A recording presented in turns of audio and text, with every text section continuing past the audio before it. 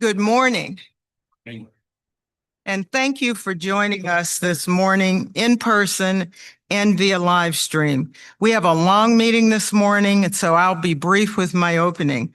First, thank you, President Fowler, for your hospitality last night and all the goodies.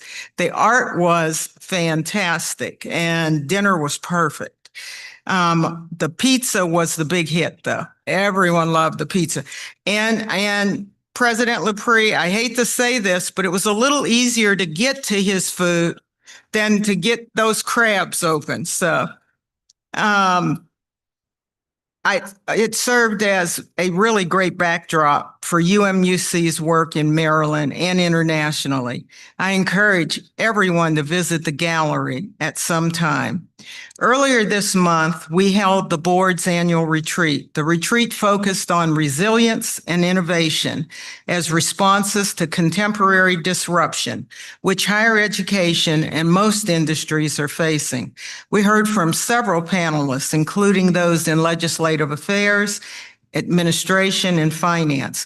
We also heard from our students, who are the most important voices. What we learned affirmed that disruption in higher education is nothing new, but the pace and scope are very different.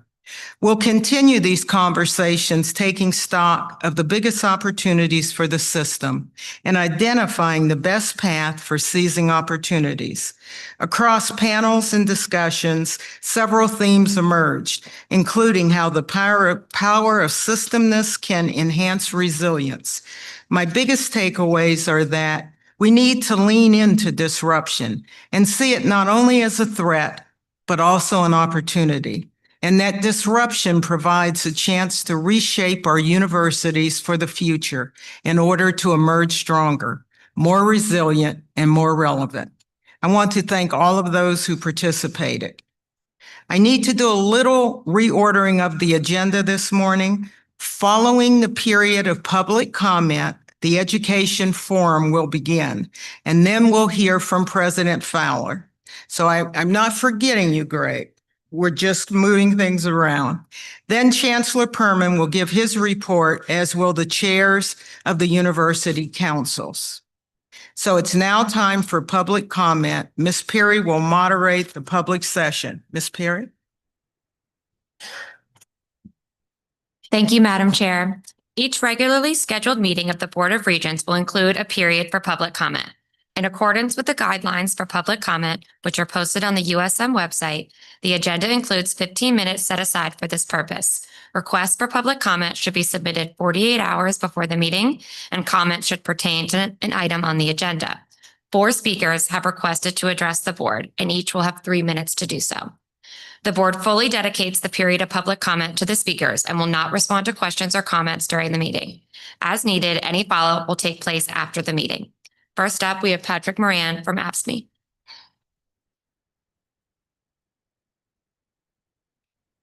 Good morning.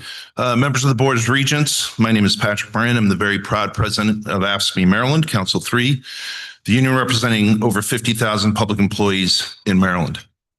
AFSCME is the exclusive representative of over 6,000 University System of Maryland employees covered under a master union contract with the system, virtually all of your unionized staff.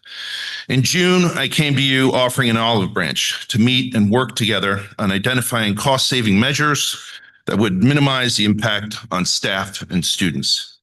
Though you did not take us up on this offer, I am here again extending an invitation to work together. During these unprecedented times, I know we share the same vision of wanting the University System of Maryland to provide the best experience and education possible to students. We know that things are uncertain. We know that vital services need to continue to function. We also know that the enemy is right now, who the enemy is right now, and isn't the members in this room. We don't need to make hard choices yet. We need to make smart choices now. During our recent meeting with Chancellor Perman, we heard from your team that 2025 was a record enrollment year, estimated at 175,000 students enrolled and a record number of 45,000 degrees conferred. That success gives us an opportunity. Now is the time to plan and take a closer look at expensive contractors and bring back work in-house. But we can't do that successfully without working alongside the people who know the jobs, the students, and the systems best, our AFSCME members. If you're already running projections on what a 5 or 10% cut could mean, then we should be in the room. We are ready and willing to help identify cost savings. Let us work with you to find real solutions so we don't have to make hard choices later. An example of this is earlier this summer at UMES, we worked with the administration to enhance telework in order to create cost savings and avoid furloughs. We want to work with the Board of Regents and the system to office to identify efficiencies and root out wasteful spending. We need to get on the same page and have a full accounting of spending. We may not always see eye to eye, but it's time to put our differences aside and work together. Not everything needs to be an uphill battle. As we face possible federal funding cuts, our shared focus must be on finding responsible cost savings while protecting the people at the heart of this system, our students and the staff. Together, we must uphold the core values of higher education, keeping campuses well-staffed, protecting students, and standing for what is right. USM, don't ghost us now. It's time to bring us into the conversation. And finally, as a proud graduate of an exceptional Big Ten institution, go blue. Thank you. Wow. Next up is Todd Holden from AFSCME College Park.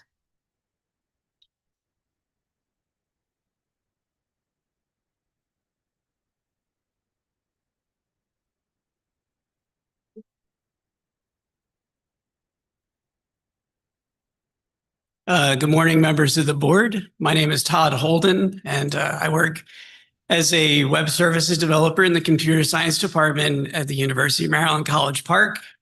I'm also a proud shop steward with AFSCME Local 1072, and I'm currently the president of the local there as well. On behalf of the workers at College Park and across the institutions, I want to convey a few messages to you. The first message is a reminder of the resilience and the capability and, frankly, the patience of the workers that the union represents in higher ed. Even before the challenges that we're soon to be facing, our union members demonstrated for years that they are able to fulfill the mission of higher ed, and they're able to do it effectively. In previous crises, like the Great Recession and even the recent pandemic, union members stepped up and they delivered.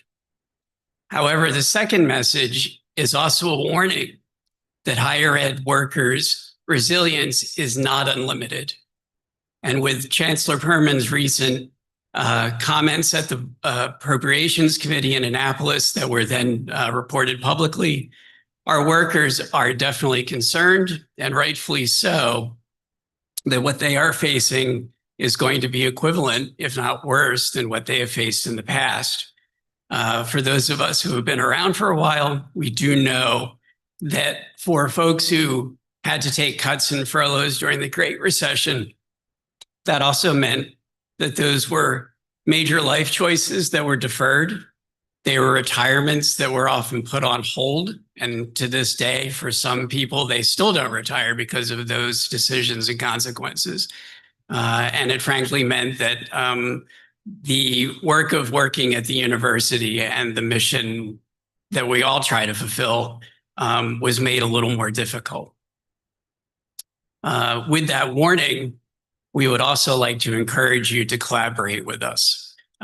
If we do share the same values and a hope for a future in which education continues to be valued, in which we do see higher education as the path for improving our society over the long term, that will require both the voices of the people that populate this board, but also the voices of the workers that help to fulfill that mission. And again, I do encourage you to reach out to AFSCME so that those conversations can happen sooner rather than later. Thank you for your time.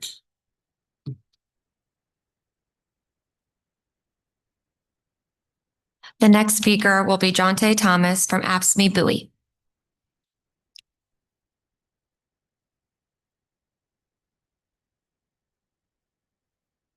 Good morning, Board of Regents members. My name is Jonte Thomas. I have worked in Facilities Management Department at Bowie State for 11 years. I'm the president of AFSCME Local 1297. I'm proud of the work that we do, keeping buildings safe, clean, running so students can learn. I'm here with a simple message. The campuses need to be more transparent and honest about their spending, with you and with us. Millions of dollars of contractual spending is happening on the campus with little to no oversight. At Bowie State alone, some of the lowest paid jobs are contracted out to vendors who underdeliver. This includes housekeepers, food service workers, and building management. For example, student housing has been outsourced to Capstone Management, leading to a track record of shoddy building maintenance. Last year, I met with Bowie leadership regarding bags of asbestos that Capstone contractors left behind in a student dorm after an abatement project. When you outsource core work, quality and accountability drop while costs don't. Students and faculty have to pay the price. Not only is it costing you money, but also health and safety. Bringing staff in-house will give USM the ability to train workers, address issues faster, and provide quality service. Contractors don't just affect Bowie State. At College Park, more of the custodial services are being contracted out. At Coppin State, almost the entire physical plant has been outsourced.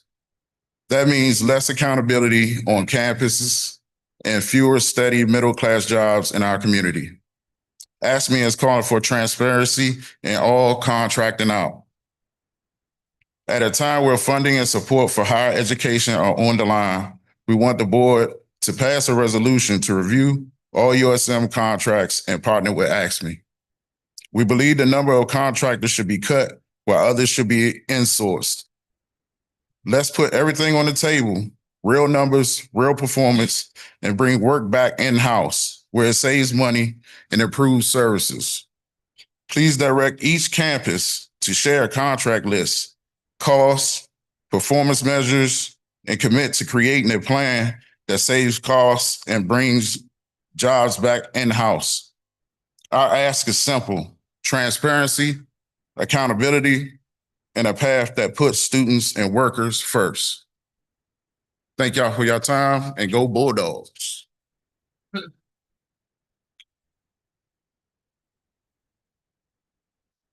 Our last comment will be from Dr. Daniel Green. Good morning. I'm Dr. Daniel Green. I'm an associate professor in the College of Information at the University of Maryland. I'm vice president of United Academics of Maryland, UMD, our local American Association of University Professors chapter, and the higher ed wing of American Federation of Teachers, Maryland. I'm overjoyed to see the Chancellor's recommendation that the USM's 47th bond offering be expanded by $14 million to support long overdue upgrades at Bowie State. Such capital funds are urgently needed in a fiscal environment where Vice President J.D. Vance has said, quote, "The professors are the enemy." I ask the very powerful people in this room here today to pursue avenues like bond offerings to raise money to protect the jobs of USM teachers, staff, and students as the federal government wages war against us. After all, our grants were frozen in the spring. After all, Northwestern, Harvard, and Princeton did just that. We need to innovate too. Hundreds of non-tenure track research scientists, the majority of faculty at UMD, are at risk of losing their jobs due to federal cuts. 2 weeks ago, we packed a town hall to hear from them. One scientist with a new cancer diagnosis wanted to tell her story about losing her health insurance, but UMD canceled her Zoom credentials, so she was blocked from attending. You could choose to defend these folks, even without new debt. Simple things like transparency about the number of people affected, letting laid-off scientists keep their email and library privileges, creating a sick leave bank like our peers at Rutgers have, allowing folks to reduce their hours but keep their health care. And I know this is not UMD leadership's fault. They're good members of the Democratic coalition. They know universities power the American economy. They know teachers are protecting the most vulnerable young people right now. They are aghast at the federal government's assault on our universities, but they have a boss, our chancellor. Though you regents, of course, direct the chancellor. We want to work with you all. We are not your enemies. I hope you don't believe J.D. Vance.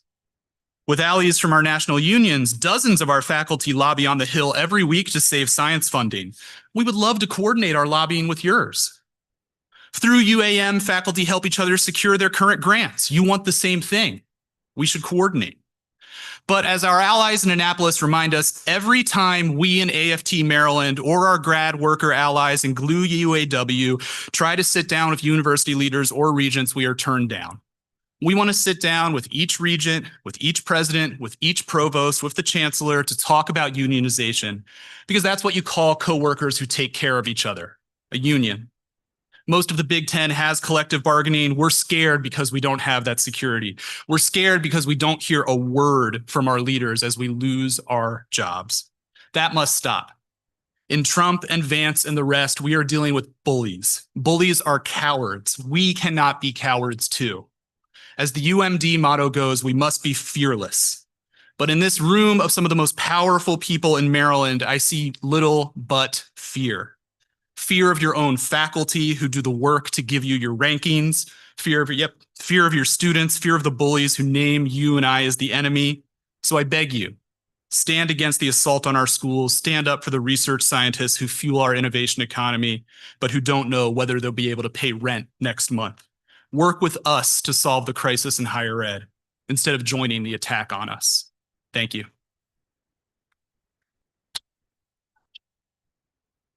Madam Chair, this concludes the list of individuals who've registered for public comment. I want to thank those individuals who took the time to share their thoughts with the board. We certainly appreciate your input. As you know, each board meeting includes an education forum that offers a deep dive into an area related to board governance or board system operations. Today's topic is a three-part discussion to educate the board on the Big Ten and the USM, specifically College Park's membership in the conference. Currently, there is a proposal by the Big Ten to establish a subsidiary entity that would attract outside investment.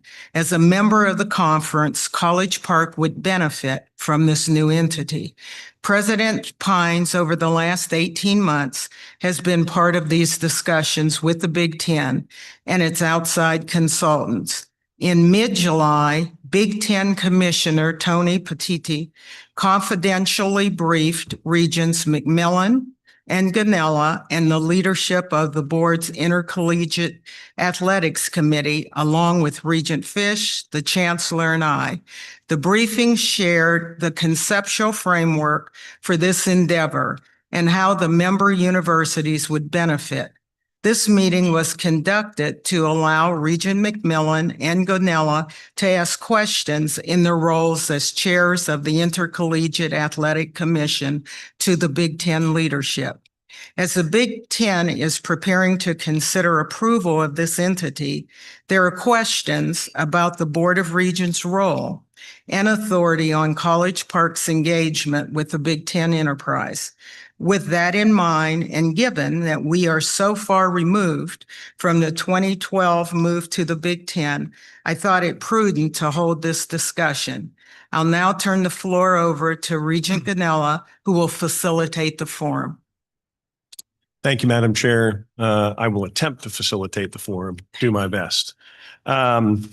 So good morning, and I'm going to be very brief. Just as the chair mentioned, what we are talking about here relates to one of our member institutions, College Park, their membership in the Big Ten Conference, and the creation of Big Ten Enterprises, and the partner the Big Ten Enterprises is considering, which is UCI, University of California Investments, which is a public nonprofit institutional investor that manages the University of California's investments.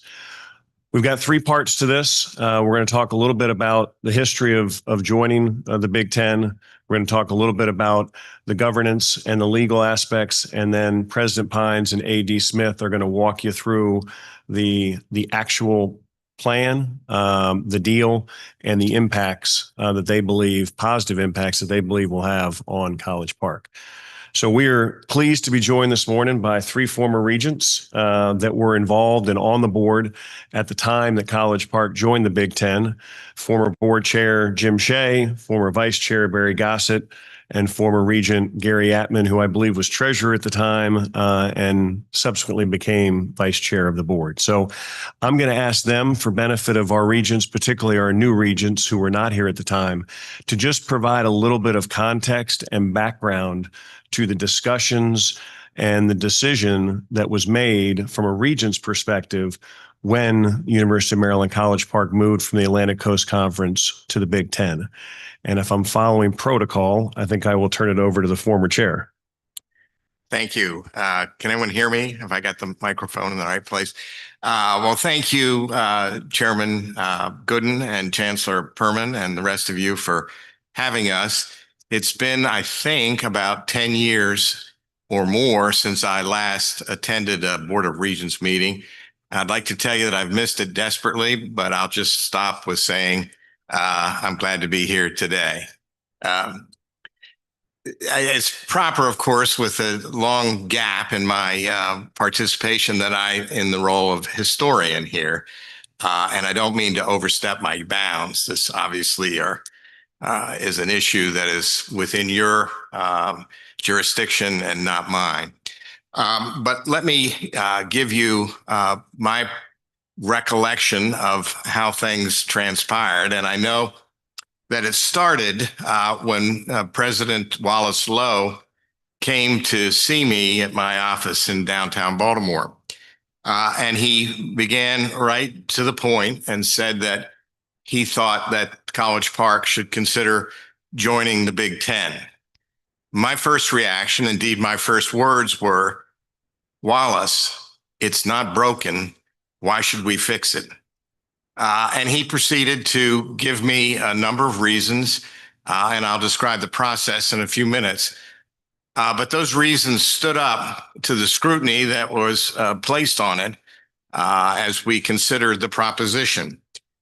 The revenue enhancement was the most obvious, objective, and easy to quantify, and received the most public recognition. And the revenue was significant, and it was projected to be significant and significantly more than College Park was receiving at the time.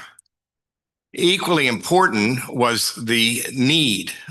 College Park at that point had a rough go of it in the athletic department, and the budget was out of line, and revenue was needed. Indeed, several so-called minor sports, and I say that as a minor sport athlete, had been cut, and it looked like there were more cuts to be made in the athletic program, and that was not desirable. The ACC had been a good but not perfect host for College Park. As Kevin Anderson, the athletic director at the time, pointed out to me, that the ACC itself, and subsequent events confirm this, was fragile. Indeed, we hear about Florida State and Clemson possibly leaving. That had not come to a head at that point, but there was rumbling in the background. The TV contract that the ACC had was good, but nowhere near as good, nor projected to be as good as the Big Ten was offering. But for me, the most important issue, and I was led to this by Britt Kerwin, then Chancellor, who had a unique perspective. Britt had been president of College Park, but he had also been president of Ohio State. So he knew both conferences very well. And Britt said to me that academically and culturally, the Big Ten was a better fit. The institutions within it The communications and the sharing of the Big Ten, he said, were far superior to anything the ACC was providing. ACC being prominently or primarily an athletic conference, whereas the Big Ten, well known as an athletic conference, had a lot of collaboration within the universities of that system. It also was a better fit. The ACC has some great institutions. I think it has diluted its prominence by some of its recent and at that time very recent additions. I won't enumerate the schools that I think didn't live up to the standards, but I didn't think it was as strong a conference as it had been. And the nature of its leaders, the bucolic countryside atmosphere of the school I attended, University of Virginia, Duke, and North Carolina, were different from what College Park had and has. College Park is a land grant, state university, public university, very prominent in its field. And the Big Ten is populated by very similar institutions. We could tick them off. Ohio State is certainly one of them, but Wisconsin, and Michigan, and Illinois all were standard bearers in an arena where I felt that Maryland would compete well and prosper. And after all, that's Maryland's mission, to be a great university, a great state, public, land grant university. So within a fairly short period of time, I swung to favor the inclusion of Maryland with the Big Ten. The process that we went through, and I've learned over the years that a process is never perfect, and it's always where attacks are made when the substance is somewhat clearer. But we worked hard, Britt and I, and Wallace Lowe, to conduct a fair and thorough process. Now, the context that we were in is important here. This was competitive. Jim Delaney, who was commissioner of the Big Ten, made it very clear that while the Big Ten wanted a foothold in New York, in the New York market, and in the DC market, that he had plenty of choices, that indeed in the New York market, he had considered and decided not to continue with University of Connecticut, with Rutgers instead. And as you look around, we had plenty of competitors. University of Virginia lurks onto the south side of the greater Washington area, and I think would have been a very good choice for the Big Ten as well. So it wasn't as if we were in the catbird seat. We had to compete, in effect, to see if we could be part of the Big Ten. Delaney also made it clear that the process could not continue for any prolonged period of time. He said that they had had a poor experience in Nebraska where the process was very prolonged and very public. And that, Delaney said, was the reason that he also wanted very strict confidentiality for the discussions about the inclusion in the Big Ten. He said any publicity about this and the deal's off. I didn't necessarily think that was absolutely true, but it certainly drove me to some extent. Now, I've learned over the years that once you tell something to more than two people, it's going to appear in the newspaper pretty soon.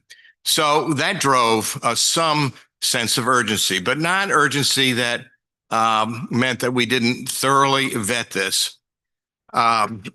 Between Wallace Lowe, Britt Kerwin, and myself, we talked to many public officials.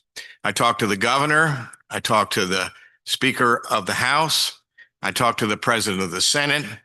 I talked to former regents and alums of Maryland, and so did Lowe. Former Regent Byrne, we had a meeting with. Many of you know Rick Byrne. Kevin Plank was consulted. We tried to talk to those who were in a position to make this successful or conversely to make it fail. And of course, we had meetings within the regions. I don't recall the exact sequence. I know we had at least one meeting before the final meeting where a vote was taken. And all three of us, Kerwin, Lowe, and myself, were available to any region who had questions about any aspect of the deal. And many of the regions took us up on that. We had a full and final meeting wherein the issues were discussed at some length. It was the only issue, I believe, at that meeting. And the vote was nearly unanimous.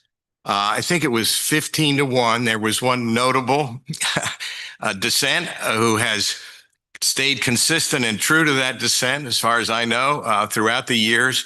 But the rest of the regions were very comfortable. And as I say, it was an overwhelmingly favorable vote to go to the Big Ten.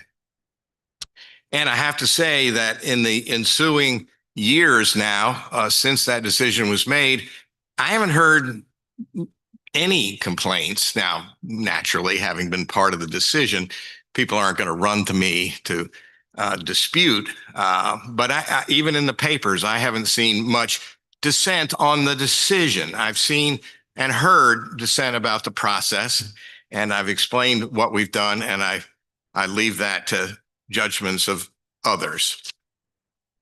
So that's the history. I'm perfectly happy, and I will answer any questions that people have. I have just a couple thoughts of issues that are important that underlie your discussions. One is the independence and the importance of the independence of the various universities that make up the system. We had the luxury, and it was a luxury, to be in total sync with Wallace Lowe and College Park. Lowe came to me and said, look, I don't know that I need the vote of the Board of Regents. And frankly, I didn't know if he did either. In fact, I suspect not. But he said he didn't want to proceed without the backing of the Board of Regents. It was more a political than a small p, than a legal decision on his part. He said he wanted to move in tandem with us. So we converged, and there was no debate or dispute about whose authority it was. Second, the issue that you face today is different from the one we faced. The issue we had was whether University of Maryland was going to act to join the Big Ten. We're now, for better or for worse, in the Big Ten. And the decisions that are being made today are not Maryland decisions, they're Big Ten decisions. And whatever inflow of revenue that comes will come to the Big Ten and then disperse through the Big Ten to the member institutions. As I understand it, the question that is current is an extension of the contract, and whether or not the contract is extended. We are part of the Big Ten right now. And if there was a decision, and I'm not suggesting that you're contemplating this, but if there was a decision to depart from the Big Ten, then I would urge you and your lawyers to look very hard at the contract, because my recollection is there are significant penalties for departing from the Big Ten, as there were for our departure from the ACC. They were all monetary and easily compensated for by the revenue that was coming in turn. But today, I honestly don't know what the penalties are, but I do know they are very significant. So that's all, Madam Chairman, that I have to say. I'm sure I've overstayed my welcome, but thank you for having me. Thank you very much. Gary? Thanks, Jeff, and good morning, everyone. It's so great to be back here at the Board of Regents. and to see all the presidents, and thank you for all the great work that you do, and of course the Regents. I may have set the record. I was 14 years on the Board of Regents. Oh no, you're the record holder, I guess, Madam Chair. But when people say, when I tell people that I was on the Board of Regents, they say, "Well, what did you do there?" And there are two things that always come to mind for me. One is the creation of Empower. I was involved in that, and we all were on the board. And I think that was a tremendous, continues to be a tremendous collaboration. And the second most notable thing was the move to the Big Ten, in my opinion. I mean, there were many other things that we did, but that was huge. And as usual, the former chair covered things so well that I won't, repeat what he said. I'll just tell you some of the things that were going on from my perspective when we were considering joining the Big Ten. And I, first of all, take Maryland sports very personally, right? I'm a Terp. Also went to UMB for law school, I'll say, but grew up as a child, watching the game where Jim O'Brien and Lefty Driesell beat South Carolina. I think it was 1971. With the slowdown, it was just tremendous. And I always was really proud to be part of the ACC. And around the time that we came to consider the Big Ten move, there was a realignment in the ACC. And there was a lot of discontent about that. The thing that really hurt a lot of people was when the ACC announced that every team was going to have their natural rival. You remember this, I'm sure. And our natural rival was not Duke, not North Carolina, not North Carolina State, not even Virginia. It was Pitt. And that was just, just kind of a gut punch. It showed, it was kind of an example of the disrespect that Maryland always received in the ACC. Maybe it's not true. Maybe it's just my perception, but I really believe that, it was basically a North Carolina based conference. And I would go down to the ACC tournament every year. And you could see, it was us against them kind of, and, very nice people. But that kind of colored my my background a little bit. The move to the ACC to the Big Ten was kind of like the fall of Rome or something. It was like took very gradually, and then all of a sudden, right? We from my perspective, we heard about. Now you obviously were working on it longer, but we had a meeting, maybe another meeting, and then boom, okay, guys, we have to decide. This is the time to do it. And maybe we would have wanted more time, but really, when we looked at the opportunity in front of us, I just thought it was tremendous. It was like moving. It was like you're checked into a budget hotel, and someone says, "Oh, by the way, we can get you an upgrade to the Ritz-Carlton." It was just tremendous, because here we were in this conference that was starting to struggle quite a bit. They had TV problems with the TV contract. They had they were not even close to being the Atlantic Coast Conference anymore, because they were, expanding here and there. Whoever seemed to make sense joined them. And on the other hand, there was the Big Ten, which was, these tremendous, universities, these state universities, the public Ivies, and Maryland at that point was close to being a public Ivy. I think we are. I would say we are now. That's what we aspired to be. We wanted to be like Michigan. Personally, maybe we're better than them now. Who knows? But we wanted to be, with the great schools. We wanted to be with Ohio State. We wanted to be with Northwestern, all the other great schools. So, and one thing that Jim said that is absolutely true is that there was the idea, yeah, this was a sports conference, but there was also the academic side of things and the opportunity to share student experiences, you know, for faculty to travel to different institutions, et cetera. So it was very, very positive opportunity, and the faculty senate loved it. They voted for it unanimously, as I understand it. So yeah, I don't want to take up too much time. Let me just also say that I was very, very intrigued by the network, the TV network, the BTN. I don't want to steal your talking points, Barry, but the TV network, I remember we were just amazed. It was worth something like $2.5 billion. Of course, now 10 years later, its value is something like $25 billion, and it's growing every year. So, you know, I think that was a great investment, and I appreciate my colleagues and joining me in following the chair and moving to the Big Ten. Let's see if there's anything else. Just one other thing I'll mention is that when we were talking with the Big Ten, there was the thought that UMB was going to actually become part of the consortium at some point. Also, I guess that never happened. It might be a negotiating point as we look at the new deal. So,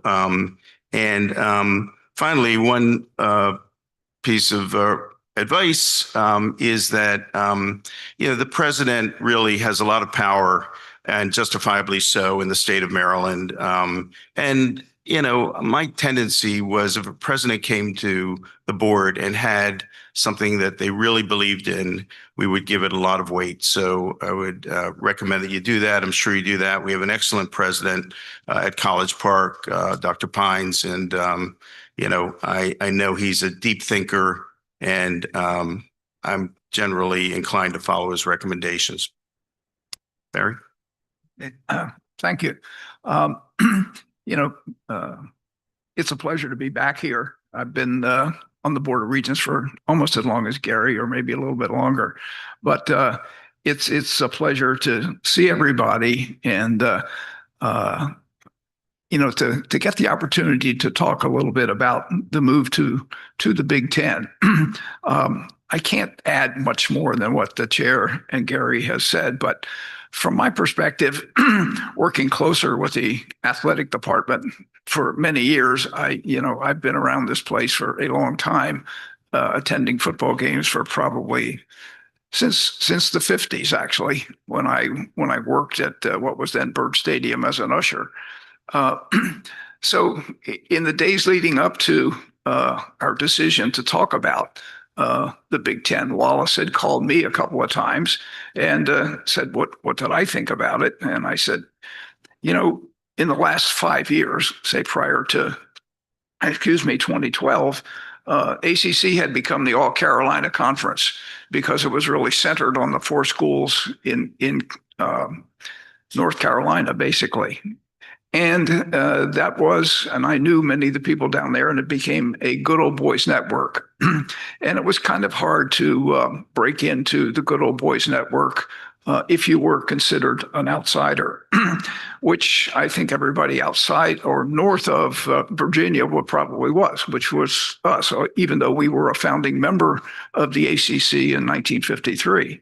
Actually, when I started following Maryland football, we were a member of the old Southern Conference, which then we became part of the ACC, or we joined the ACC, excuse me. But to go back to exactly my role in this was working with the athletic department more, having been involved with it for a number of years, and with many athletic directors. And their take was, you know, we needed more revenues, we needed more support, we needed more facilities, we needed more of a lot of things to be really competitive. And when Wallace talked to me about joining the Big Ten, I told him, I thought, you know, you need to listen. You need to really talk to these folks and see what they have to say. And then we can evaluate what it is, and you know, maybe even use it against the ACC to get more recognition and more benefit from our membership in the ACC. Even though we were considered, the Northerners, so to speak, we were the northernmost school in the conference at the time. So as it progressed, and then Wallace came to the chair, and then we had these meetings. And during that time, I mean, Jim and I had to sign non-disclosure agreements. As Jim mentioned, that Chairman Delaney did not want any publicity about the discussions. So that's what we had to do. And it was about, between what is the Big Ten and the university. And I can only echo what Jim said about Wallace being very upfront and about all of the problems. And I was talking to the athletic directors and some of the people on the staff there then and saying, we were not getting a fair shake and we were not really looked on favorably. So it was a opportunity to move. I had also served as president of the University of Maryland College Park Foundation sometime earlier and had built a relationship with a lot of the deans and many of the faculty in my role as trying to reach out to them to say what they needed so that the foundation could raise money for them. So when this deal came up about moving to the Big Ten, I did talk to a number of the people and they were, okay, no, we don't want to do this and what have you. But then when we started explaining a little bit about the Big Ten Consortium that Jim referred to, where there was library sharing and academic programs that could be shared and a number of that continue today, where they have meetings throughout the Big Ten, and our fundraising people, our academic people. They also had some joint classes, especially for the study abroad programs, that many of the faculty then said, okay, this is really what we want, because we want access to the Big Ten Library Consortium. It said, I mean, where we had, the 14 schools at the time that really were able to share their academic prowess. And of course, when we talked about joining the Big Ten and the financial implications for College Park, I remember one of the discussions that we had at Hidden Waters was, could they front load some of it because we needed the money, which they agreed to do. One of the downsides of this was in our membership with the Big Ten, we had to give a 2-year notice of leaving the Big Ten. So it was 2012. We gave them the 2-year notice. And as good stewards, what we tried to do was sit down and say, okay, there was discussions of exit fees and what have you. Unfortunately, the Good Old Boys Network just said, no, we're embargoing all of the money that comes from the ACC television, as well as the NCAA would send the money to the conference. So we, College Park, did not get any distributions, which only exacerbated our financial position at the time. But I think we have overcome all that. We did follow and listen to Wallace Lowe's presentations, and he was the president. He had some sound reasons for making the decision, and we all supported it. So I don't think I can really add anything more. Chairman Shea really covered it quite nicely, and Gary added to it. So. Well, we thank you all very much. Very helpful perspective, particularly for the Regents to understand the process you all went through, the thinking, and the role that the board had. We've got time. I'm successfully way behind already, but we've got time for a couple of questions. If anyone's got questions, Linda? Claire. I think your mic. Jim, I just want to clarify. You said the board voted on the Big Ten contract. You didn't, in fact, vote on it. You voted to endorse it. Is that correct? I think you're probably right.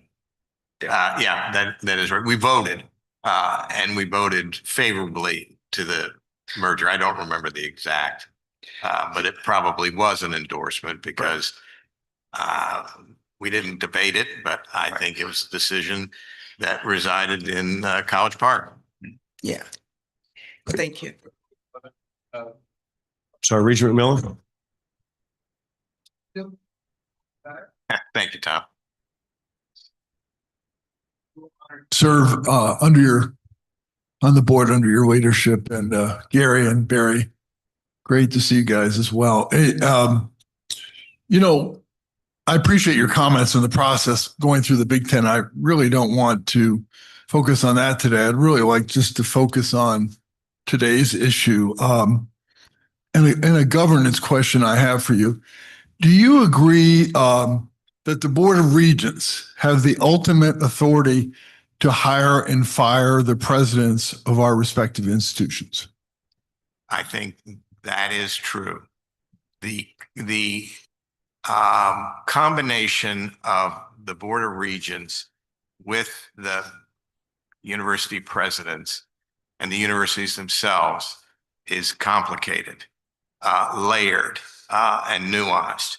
But at the final moment, it is the Board of Regents' authority to hire and fire the presidents. I think that's true.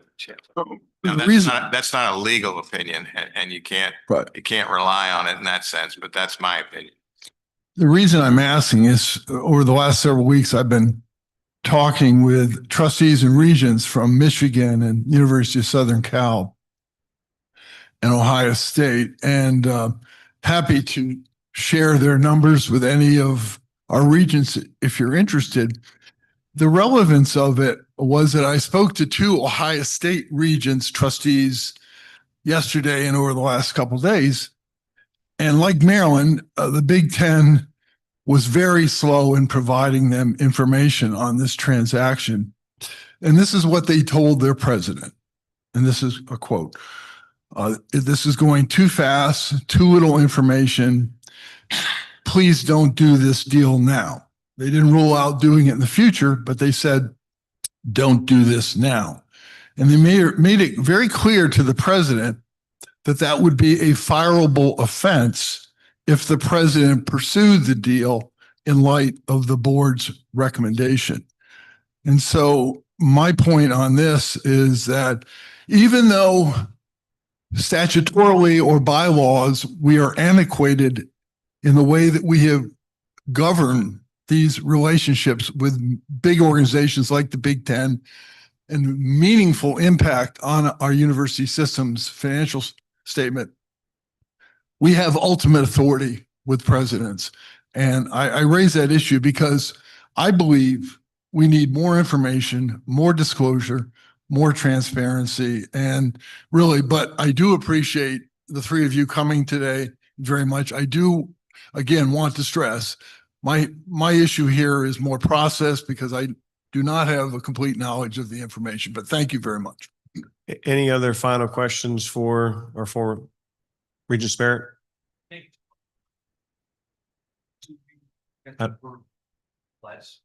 don't think your mic's on. Endorsed. Check. Is it working now? Great. I forget the verb you used. You blessed, you approved. Endorsed.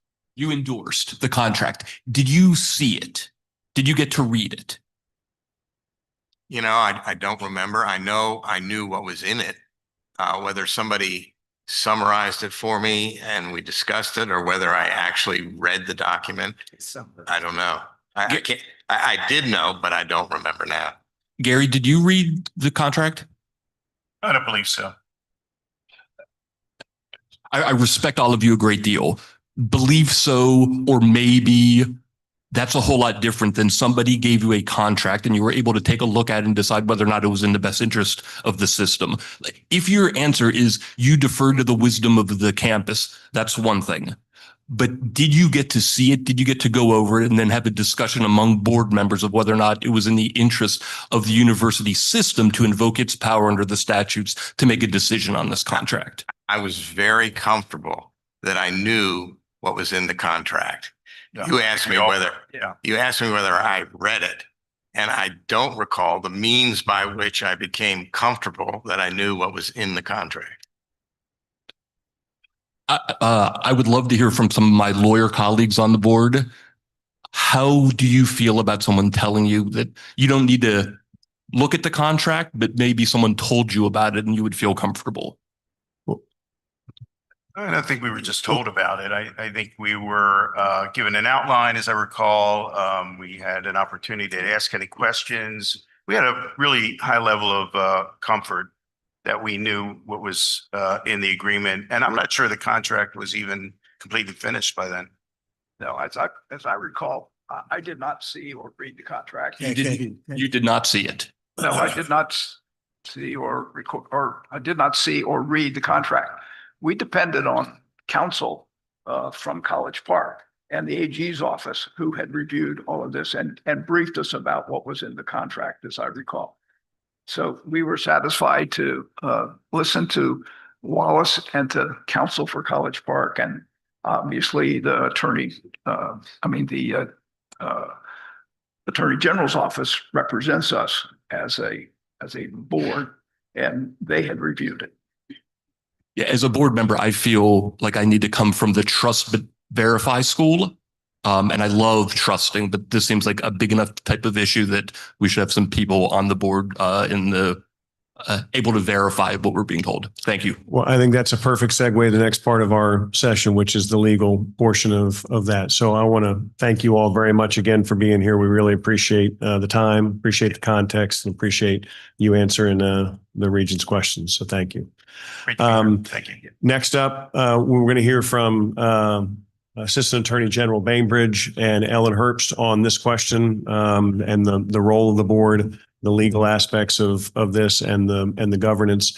I will mention that we're also going to talk a little bit about Michigan and their board. That's been a huge topic that has come up in this discussion and been covered in the press. And I think it's important for the board to understand some of the differences that exist there. So with that, I'll turn it over to Allison and Ellen.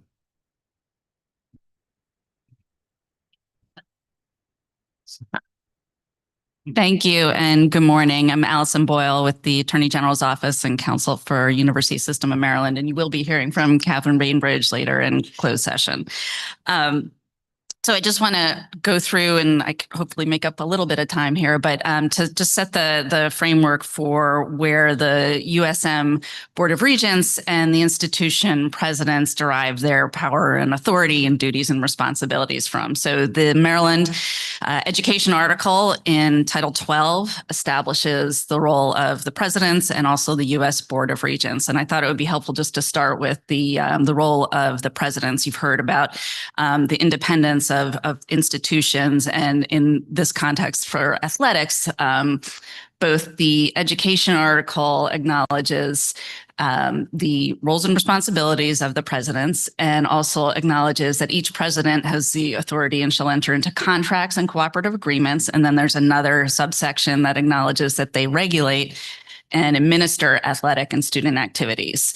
So like most of our USM policies, the statutory provisions in the education article are embedded and fleshed out into our policies. So in the USM policy on intercollegiate athletics, that details the roles of, again, in more detail about how the president maintains oversight of the athletic enterprise. There has to be, and this gets into transparency and reporting procedures. There are procedures that are expected to be provided by the institutions to the USM Board of Regents on athletics. Management of athletic programs at the institutions are factored into the chancellor's evaluation of and the board's evaluation of presidential's performance. And presidents are expected and do supply annual reports to the board regarding all kinds of matters, as we all know. And with an emphasis, I know there's lots of conversation about transparency today, and fiscal reporting is expected to be by presidents must be transparent.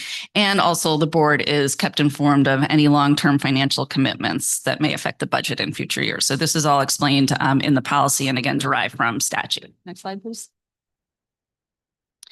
So going a little bit further, so here are the general powers and duties of the board. So I've heard questions today about contracts and what the board may or may not approve. Obviously, we've had lots of discussions about that, but these are the specific statutory powers and duties that address the types of contracts and deals and arrangements that the board has authority over. So the board has the independent authority to acquire, hold, lease, encumber, transfer, exchange, or dispose of personal property. There are provisions that address borrowing of money.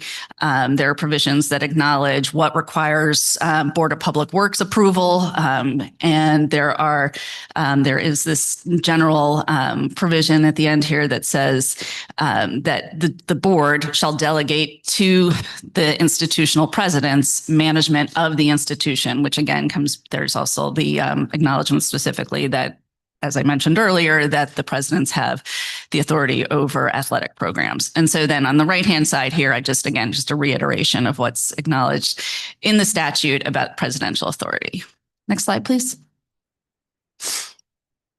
So I wanted to just flag a particular policy that again is derived from statute about business entities, because I know this is a particular policy that and statutory authority that has come up in some of our discussions already about when and where the Board of Regents may exercise approval or authority over certain types of investment contracts. So under section 12113 of the Maryland Education Article, the board may establish, invest in, finance, and operate business entities when the board finds doing so would further one or more of the goals of the university and related to the mission of the university. And just since it references section 15107, again, this provision highlights that institutions are encouraged to promote economic development of the state and to increase the financial resources of their institutions through arrangements with the private sector. So that's where this is sort of relevant to our conversation about Big Ten investments. And again, like the other statutory authorities, it's embedded into our USM policy on business entities. Next slide. Is there another slide? This may be the prior version. So I want to just acknowledge the Middle States Commission on Higher Education Standards. So there is a standard 7, that, and there's no slide for this, so just bear with me, that there is some overlap of what appears in both the Regents bylaws and in statute authority with what is addressed in the accreditation standard number 7. And so standard number 7 addresses governance, leadership, and administration, and again, focuses on the clear and transparency of the governance structure that must exist between, and it's sort of, I would argue, reciprocal reporting and communication about fiscal matters going back and forth that affect board governance and institutional operations. So that is the framework of statutory policy standards that are implicated by what we're talking about today. Regent Wood, I saw you had your hand up. Yes, I did. Thank you very much. You invited questions, so I have a couple. Going to the Maryland statute, section 12-104, the education article of the Maryland Code. Yes. You recited a portion of that statute. There is another. There's many subsections, so I just highlighted what I thought was in focus. So please. Let me read to you from section C1. The Board of Regents is responsible for the management of the University System of Maryland and has all the powers, rights, and privileges that go with that responsibility, including the power to conduct or maintain any institutions, schools, or departments in the university at the locations the board determines. Then there is another section, which is K3, and it says, and I'll read it exactly, the Board of Regents shall develop policies and guidelines that, 1, provide direction to the presidents of the constituent institutions on compliance with applicable law and policy, and 2, establish and monitor high standards of operation, including meeting appropriate quality benchmarks, using resources wisely and efficiently, managing personnel equitably, adhering to institutional mission, and meeting the educational needs of the students. So that would say to me that the board has oversight, and the board needs to understand the fiscal consequences and the facts involved in a transaction as large as this one, so that a carefully considered judgment can be made on whether or not the board should exercise its oversight.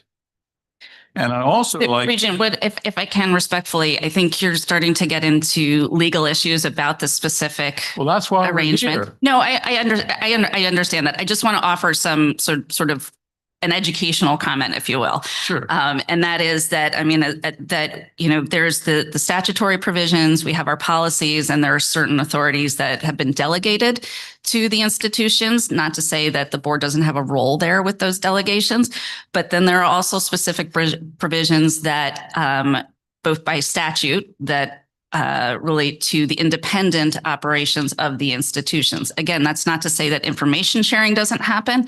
And certainly there are provisions too in the statute that acknowledge that the board may delegate authorities and remove delegations of authorities. So there, you know, I think while I hear you that there's specific verbiage here that acknowledges the authority of the Board of Regents. As we know, we can't read this just in a vacuum. There are other related authorities that we have to consider and discuss. And I think that touches on some of the other aspects of what we're considering here.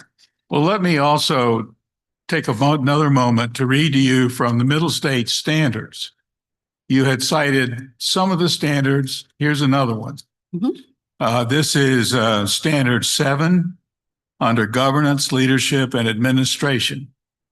And it says that a legally constituted governing body, that's us, Board of Regents, A, serves the public interest, assures that the institution clearly states and fulfills its mission and goals, has fiduciary responsibility for the institution, and is ultimately accountable for the academic quality, integrity, planning, and fiscal well-being of the institution. And paragraph E says that the board plays a basic policy-making role in financial affairs to ensure integrity and strong financial management. This may include a timely review of audited financial statements and/or other documents related to the fiscal viability of the institution. That's the governing standard published by Middle States. Okay. I think that should be a relevant consideration to our discussion today. And I want to say that these comments are not made in opposition to this Big Ten contract. My comments are focused on the board's ability to understand the deal, to pass a independent judgment on the fiscal responsibility that the board has. And we may very well turn out to be very supportive, but we don't know the facts. We haven't seen the contract. We haven't seen— Bill, if you give us a moment, Allison was teeing up the rules. The next segment that Jeff is going to present is all about the deal. So You if provided a very can nice segue. just give the next group a moment, then we'll hear about the deal. The other thing is, and Tom made this suggestion a week ago, and I think it's a very good idea. We are going to go back, look at the policies. We're going to look at the statutes. We're standing up a work group. Dana has agreed to serve as chair of that work group. And we're going to do kind of a top-down look and see exactly what the roles and responsibilities should be. So that's something that's already come out of this that we're moving forward with. And so now we're going to talk about the actual thing we came to talk about. Well, Hey, thank you. Ask one question. Thank you very much Just- for that, sorry. that background. That's very, very helpful and appreciated. The reason I brought these two statutory provisions up is because they were on the board. Part of it was on display, Mhm. but not all of it. Mhm. And I thought it was important to make sure that we all understood the total context. Yeah. So And I think that's what the work group will do. good. And much like the one we had last year, well, they'll come back to this board with recommendations for if things need to change. Right. And remember, we're dealing with three different sets of things. We've got the accreditation standard, I know well. we've got the law, Right. and then we've got our own policies. And so we can't look at any of them in isolation. We I have to understand look at all perfectly. three. Good. And we'll Thank have, you. and we'll Thank have you. we'll have an opportunity in closed session to get additional legal advice. So some of these questions can be raised then. Thank you, Al. I just had a quick question for Allison. Is there anything in writing about this opinion that you are willing to share with the board? Yes, we have a segment later on in closed session. Yes. Okay. That is on your agendas that That will be get just into that. more legal details. So with that, well, yeah, we'll deal with that in closed session. So the substance of this deal, the elements of it, the structure of it, the governance of it, the impact on College Park is the substance of this. And I know we're running way behind, but President Pines and AD Jim Smith are going to walk us through all the elements of that now. Good morning, Chair Gooden, Vice Chair Canella, Chancellor Perman, and of course, the members of the Board of Regents and my colleagues. I may apologize to my colleagues for this being so focused on College Park, but I think it also affects all of your institutions. I want to also give a huge thanks to Chair Shea, Regent Gossett, and Regent Atman for sharing the history of this decision to move from the ACC to the Big Ten Conference. Our job from University of Maryland's College Park's perspective today, I'm joined by Athletic Director Jim Smith, our Chief Counsel Jay Rosello, our CFO Greg Oler, and our Athletic CFO Eric Renke to provide more context. So my job is to talk about how this has been so successful, both athletically and academically. And then I'm going to turn it over to Jim Smith, who will talk about the Big Ten enterprise deal. So if I can have the next chart, please. Okay. So this is a busy chart, but the long and short of this chart is displays that we came and went to the Big Ten on July 1st, 2014, as Chair Shea and the two regents mentioned. This is a big decision for the University of Maryland College Park, and everything they said is absolutely true. It has even expanded even further. At the time, we were the 14th institution, and now there are 18 institutions, of which 16 are public land grant institutions like the one that I represent, and there are 2 private institutions that are part of the Big Ten. Now, if you contrast to the ACC, there are only 8 public institutions in the ACC and today, and 8 private and 10 are public. So again, less like one another as we are academically and athletically in the Big Ten. So it's been a big decision. I think it's been a great decision for the University of Maryland College Park. Next chart, please. This was the conversation that Chair Shea was mentioning back in 2012, 2013. What were the advantages? Increased revenue, conference NCAA distributions, media rights and postseason, which helps fund all sports, but including the Olympic sports. Expanded national exposure for athletics and academics with the addition of now UCLA, USC, Oregon, and Washington. Greater institutional alignment with other major public research institutions that are very much like ours, increased academic collaboration and research opportunities via the Big Ten Academic Alliance. That's also what Chair Shea and Regent Gossen and Regent Atman were speaking to. Builds community among our current, future, and former students and alumni, as well as the Big Ten members.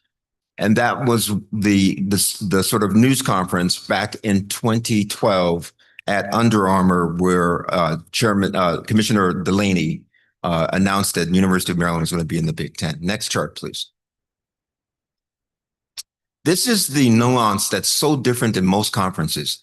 This Big Ten Academic Alliance has been the collaborative academic engine of the Big Ten. Provosts meet, chief information officers meet, chiefs of staff meet, deans of libraries, deans of other colleges, graduate school deans. The collaboration is amazing. Money from the media rights deal goes into this collaboration to build partnerships across all domains of research and academics and curriculum. This is unlike any conference that we know of in the United States and is an extreme benefit to the University of Maryland College Park. Next chart. So how have we benefited from an academic and athletic perspective? This chart covers just a few indicators. We are at the highest ranking in the U.S. News and World Ranking in the history of the University of Maryland College Park. Since moving into the Big Ten, we have moved up 22 ranking positions in the overall ranking. We're at the highest public ranking we've ever been. We are in the top 10 in many different other ranking metrics. Forbes, the National Academy of Inventors, the Chronicles of Higher Education, we're in the top 10 in graduation rates, at 4-year graduation rates for publics and 6-year graduation. We're in the top 10. That didn't happen in 2012, but it's because we have been in this partnership and we've been collaborating and attracting some of the best students and best faculty to our institution, and it has benefited us academically. Student athletes. We have had the highest academic progress rate in the history of the university for student athletes. Never have we been at this number of 988. It's the highest in our history because we are like-minded, we share best practices, and our student athletes graduate at a higher rate than they were graduating when we were in the ACC. So every way we have benefited. Next chart. Athletic success.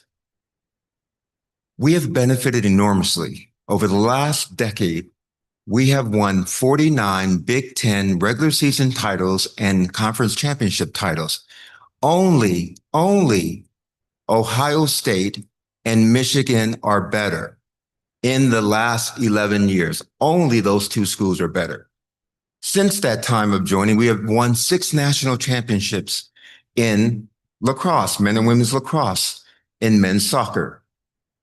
This past year, even in football, where we haven't done as well, we had the highest placement in the NFL draft of an ever in history. We had 6 players drafted in the 7 rounds of the NFL draft, behind Ohio State, behind Oregon, and behind Michigan. Even my own son has benefited being in the Big Ten as a University of Maryland college. That's him in that picture of the men's 2018 Nationals. He's the tallest person in the back. I didn't get the height genes. My wife did. The point I'm making is we have benefited academically and athletically by this decision that Dr. Lowe and the Regents helped us make more than 10 years ago. Next chart.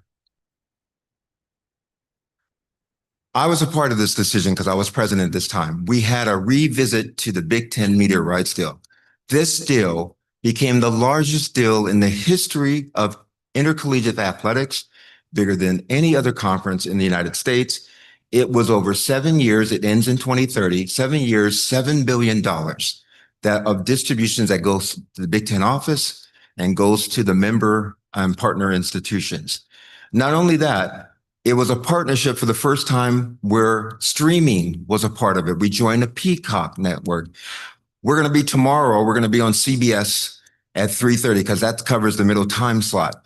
The later prime time slots are covered on other networks of Fox. But this has been an incredibly lucrative deal where the Big Ten is on at noon, it's on at 3:30, it's on at prime time, it's on at every major time slot that the nation offers. And this is the most lucrative deal, and it ends in 2030. Next chart. This is sort of the media coverage from the West Coast to the Midwest to the Mid-Atlantic and Northeast. You can see Big Ten, any sport, Olympic sports, the Big Ten Network, as well as obviously all of the revenue generating sports. Next chart. Now, you may ask the question, so financially, was this beneficial? Of course it was. This is the average revenue, postseason revenues, media rights revenue, and NCAA distribution per each conference done by the night report. So this is all public information. And these are the average net revenue of football revenue, postseason revenues. So as you can see, the Big Ten Conference is the best. Next is the Southeastern Conference, and then comes the Atlantic Coast Conference. And if you just look at the differential, there's at least $20 million more in the Big Ten per institution. Next chart. Now you might want to compare school by school, and this does it for how we would have compared if we had been in the ACC. So Maryland is the thicker red chart with the M on it. And as you notice, as we go over this time span from 2015 to 2024, we're above any ACC school in our postseason revenues, media rights deal, NCAA distributions, but we're just behind Purdue and Indiana. So, but in the neighborhood of the lowest in the Big Ten, but above all of the ACC schools who we used to be with. And then you see the dip in the curve is due to COVID, the COVID losses during that time period. All right, next chart. So now I would like to turn it over to Athletic Director Jim Smith to kind of make the case for why Big Ten Enterprises will help advance athletics and academics for our student athletes.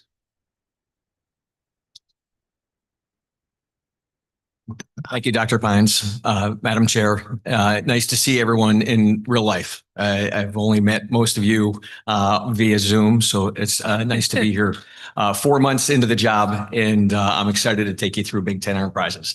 Next slide, please. So this discussion about Big Ten Enterprises started back at the Big Ten about 16 months ago with the athletic directors. It started as an opportunity to have a discussion about where collegiate athletics is going and the need for revenue due to the additional expenses from the House settlement. As most of you know, the House settlement added $20 million plus of expenses to each of the academic institutions. So this was a discussion with the conference to say, hey, where can we consolidate and generate more revenue from a conference perspective that can be distributed back to the member institutions? It also was a discussion about the need to modernize the assets and the monetization framework to enhance revenue generation for the Big Ten member institutions. And so the ultimate goal of this was to maintain the conference's position to its peers as a stable, dominant conference. And that's part of what you've been hearing about grant of rights to keep us together to 2046. This puts the conference in an absolute strong position in aligning the members and the member institution rights to stay together over this period of time. It also gave us the opportunity to monetize on a conference level assets, things that don't exist right now that can be put into this enterprise and then taken out to the market. It's far more efficient for one entity to represent 18 institutions rather than all 18 institutions to go out there on their own. And then it obviously was important to modernize the conference governance structure. Next slide, please.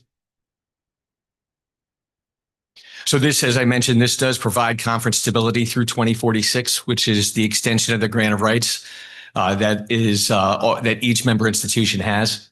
It protects the Big Ten members from significant downside scenarios affecting major college athletics. It establishes the leading commercial engine in major college sports. And it puts the Big Ten at the forefront. It puts us as a member of the Big Ten in a very secure position. It secures an unprecedented valuation that many of you have probably read about in the newspaper from a nonprofit investor that Regent Ganella mentioned earlier. And it will provide funding to enhance the student athlete experience and provide additional scholarships and support for our Olympic and women's sports at the University of Maryland College Park. Next slide, please. So the structure looks like this. College Park will retain a 1/18th member of the Big Ten Conference as it does right now. It will not have a direct ownership in Big Ten enterprises, but will exercise authority through the COPC and receive benefits through its interest in the conference. The Big Ten enterprise will be a multi-member limited liability company with the conference owning 90% and the investors owning 10%. The investor has no ability to increase their share and will have no governance rights at the conference. The investor will have rights concerning its investment in Big Ten enterprise, commensurate with market practice for a 10% minority equity holder.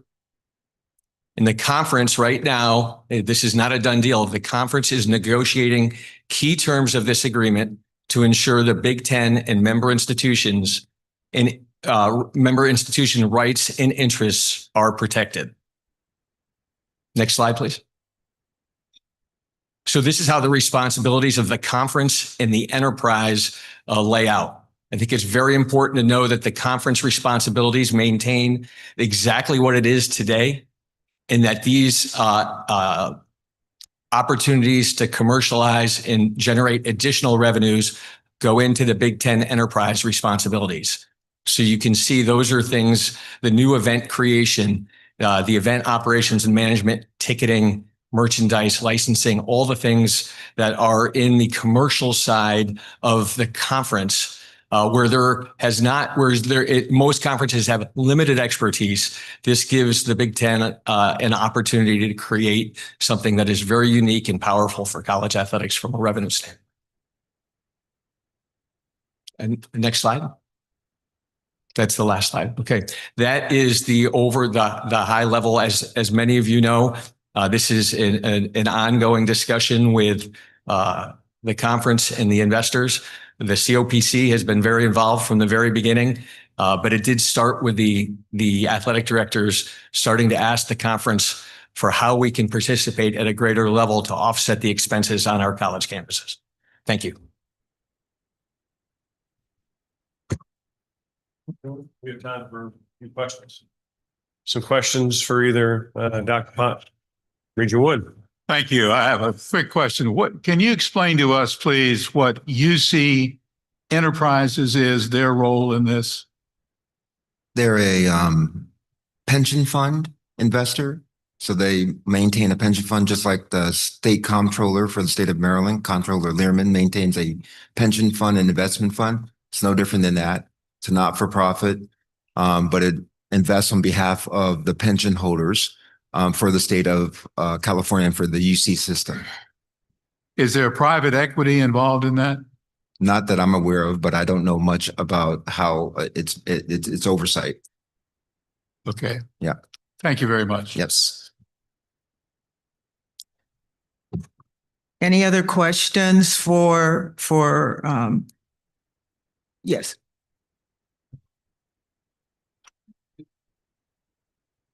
I can't hear you. Presentation was great. A lot of useful information. I'm just wondering again about process. You know, I serve on some major boards, and you know, when these kind of transactions come up, I'm just trying to understand what we're doing here today. I mean, we're hearing one side of the transaction, which is very, very solid. I admit it. But there's also another side, because I've heard a lot of that.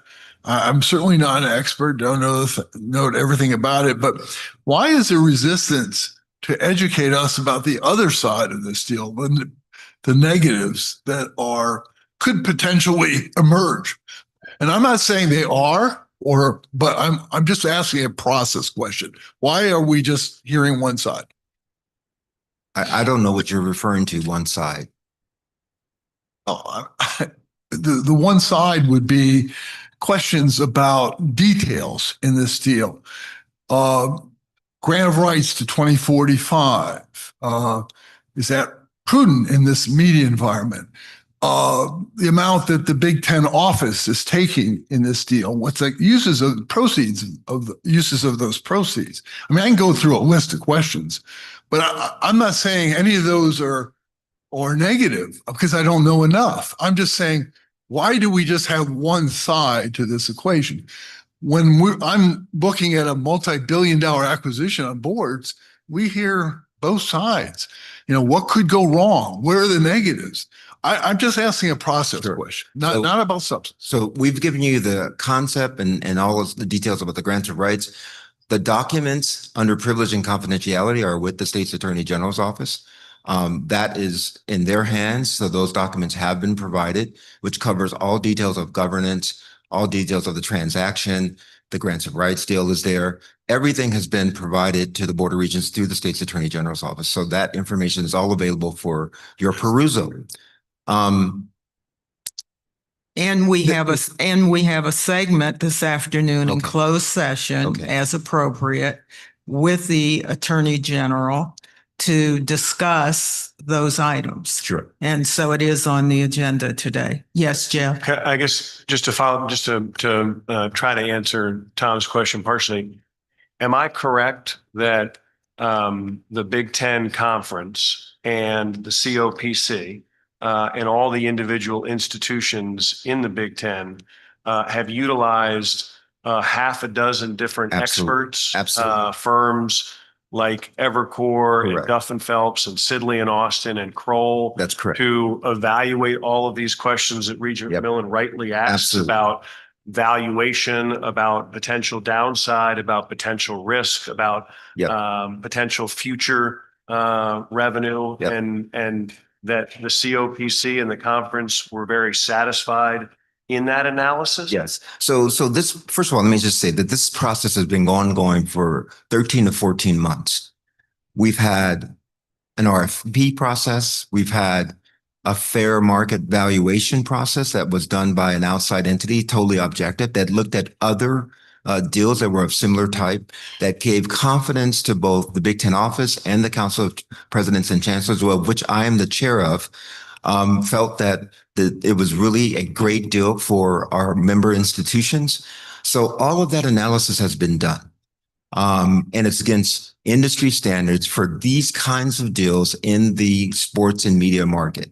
And we're using all the world-class experts, at least in this, for this particular deal. Yes. Yes, Rob. The light is green. Oh, okay.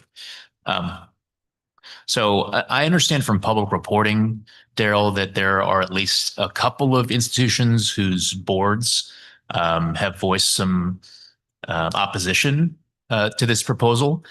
And I guess in the spirit of making sure that we have enough information to flesh out and arrive at a thoroughly, properly informed decision on behalf of our system, is there anything that you all would like to share so that we're not relying solely on published reports, which can be of, sometimes they're accurate and sometimes they're not, to the extent that you're aware of criticism leveled by other institutions in the Big Ten of this proposal? What do you have to say about them? I'd love to hear your thoughts. The challenge at the two institutions that you're referring to, which I will not mention, at those institutions, they both have interim presidents, and those interim presidents, came in with only the last 2 or 3 months since July 1st. So they miss the front matter of this analysis, and maybe that didn't get transferred from the previous president to the current president. So that puts them at a disadvantage, and therefore puts their boards at a disadvantage. And that is exactly what has happened at those two institutions that you're referring to. They're the only two institutions that I think right now have interim presidents. So that's context. Other questions before we let Daryl get back to work? Yes, Andy? Check. Okay, great. I want to just follow up on Tom's point. And President Pines, I don't know if this is aimed at you so much, but it's just a general statement. Like, I feel like as a member of a governing board, I feel like the responsibility of our staff, our team, is to set us up for success. Many of us, I'll speak for myself, I feel like this is a gigantic decision that we may or may not have the legal responsibility as a board to do something on. But when I was the president of the State Board of Education, and when the board had to make a tough decision, we would ask our staff to put together presentations for us that included decision memos and options, that they weren't putting their thumb on the scale. They were presenting information to a board to say, here's the nature of the issue you're dealing with. Here's some reasons why you would do X. Here's some reasons why you do Y.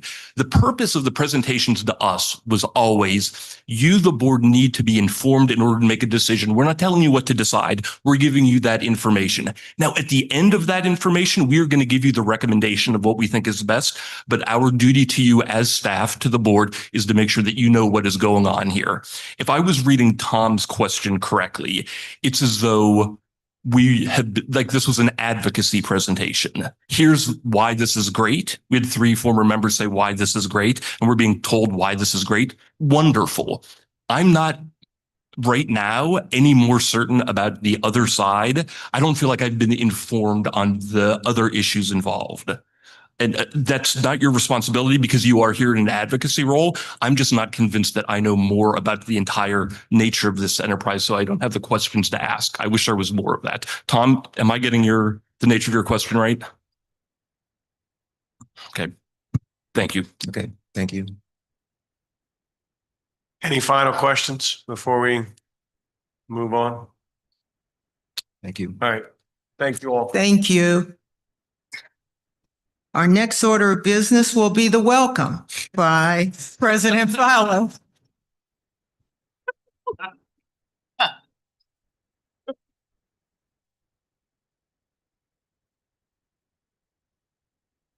Well, welcome.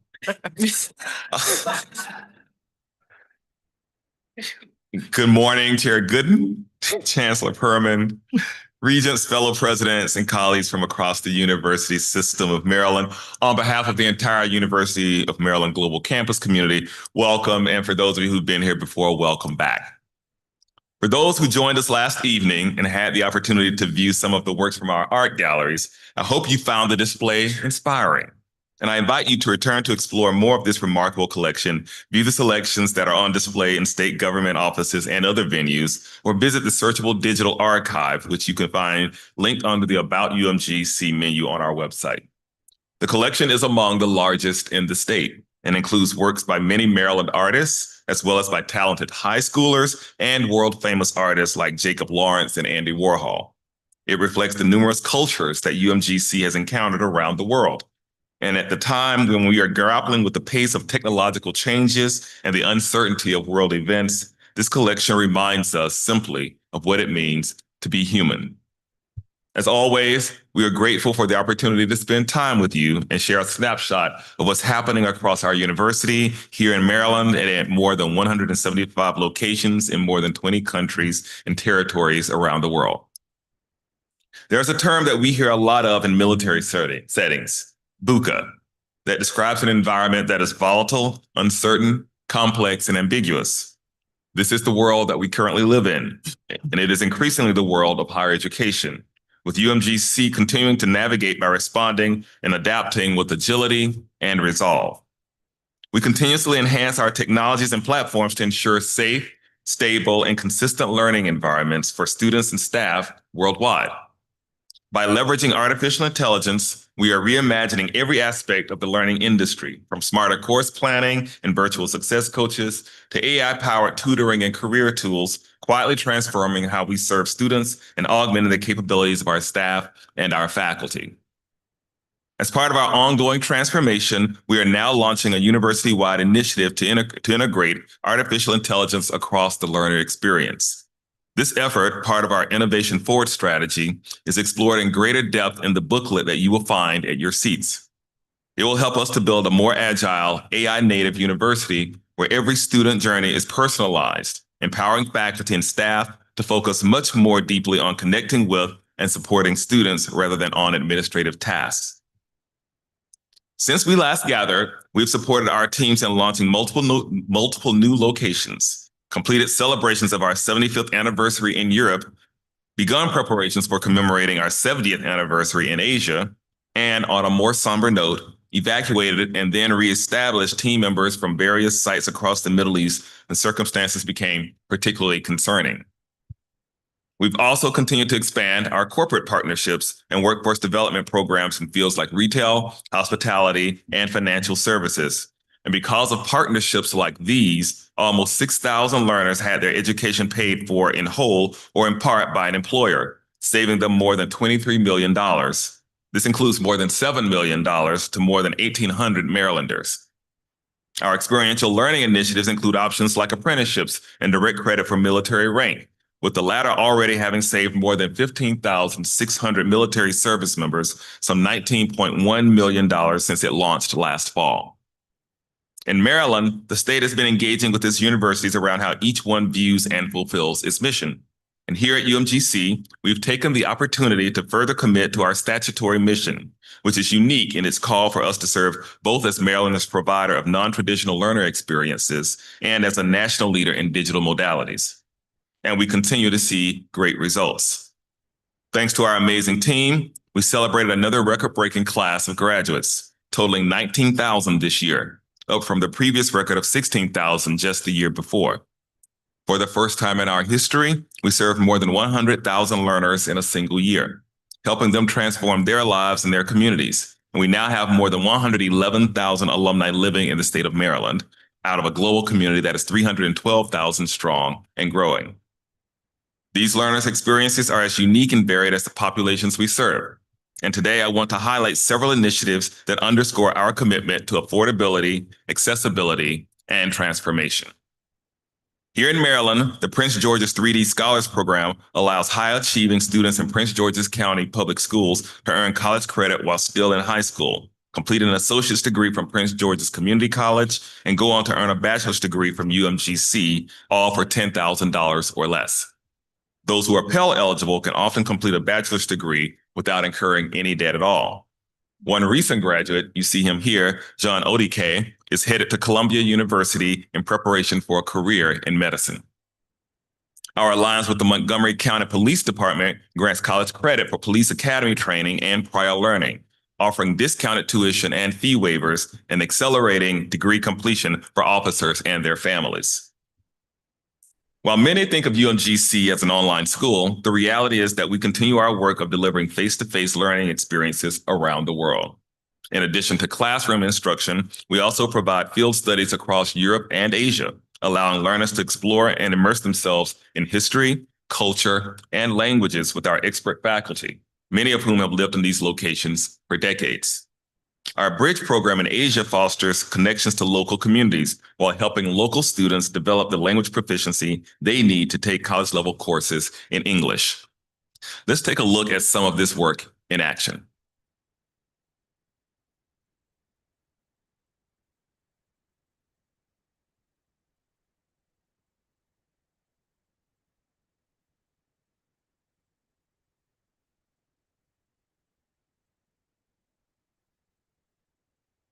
It's very beneficial to be here in the city as well as walk and talk and live within the area that we're speaking about every single class. We're really proud of the field study program. It's a very unique situation, something that we can do that hardly any other school can do. And we do it affordably. We were in Rome, we're in Florence, going to Paris in the spring, Madrid. Just to be able to see things in person is just different than seeing them on a book or online. To actually get a sense of the size, the touch, and the feel, it's just something you can't get behind a computer screen. Every trip does have its own personality. Last year, Prague was our newest city.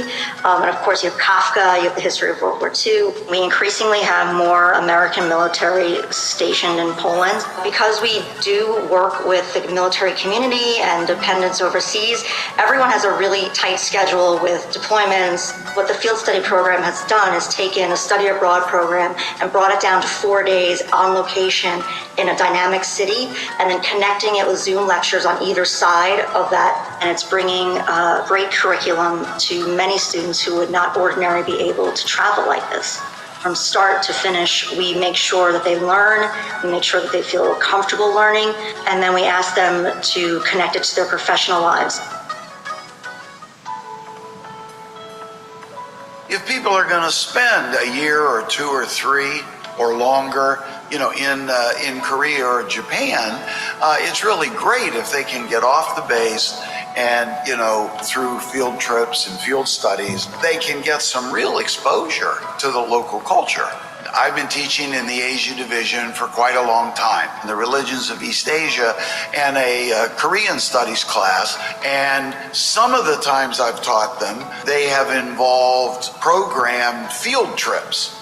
We've done a temple stay at a Buddhist temple, and we spend the night at the temple, and they have a whole program of activities. And then early the next morning, I take them on my tour of the temple, where we go to the various halls and talk about the various Buddhist things that we cover in the class.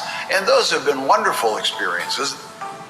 Some of the students come in not knowing anything. Maybe they've been in Okinawa for 2 months. Seeing them out in the field just really brought the history alive to them and made it a lot more real and made them more passionate and excited about it.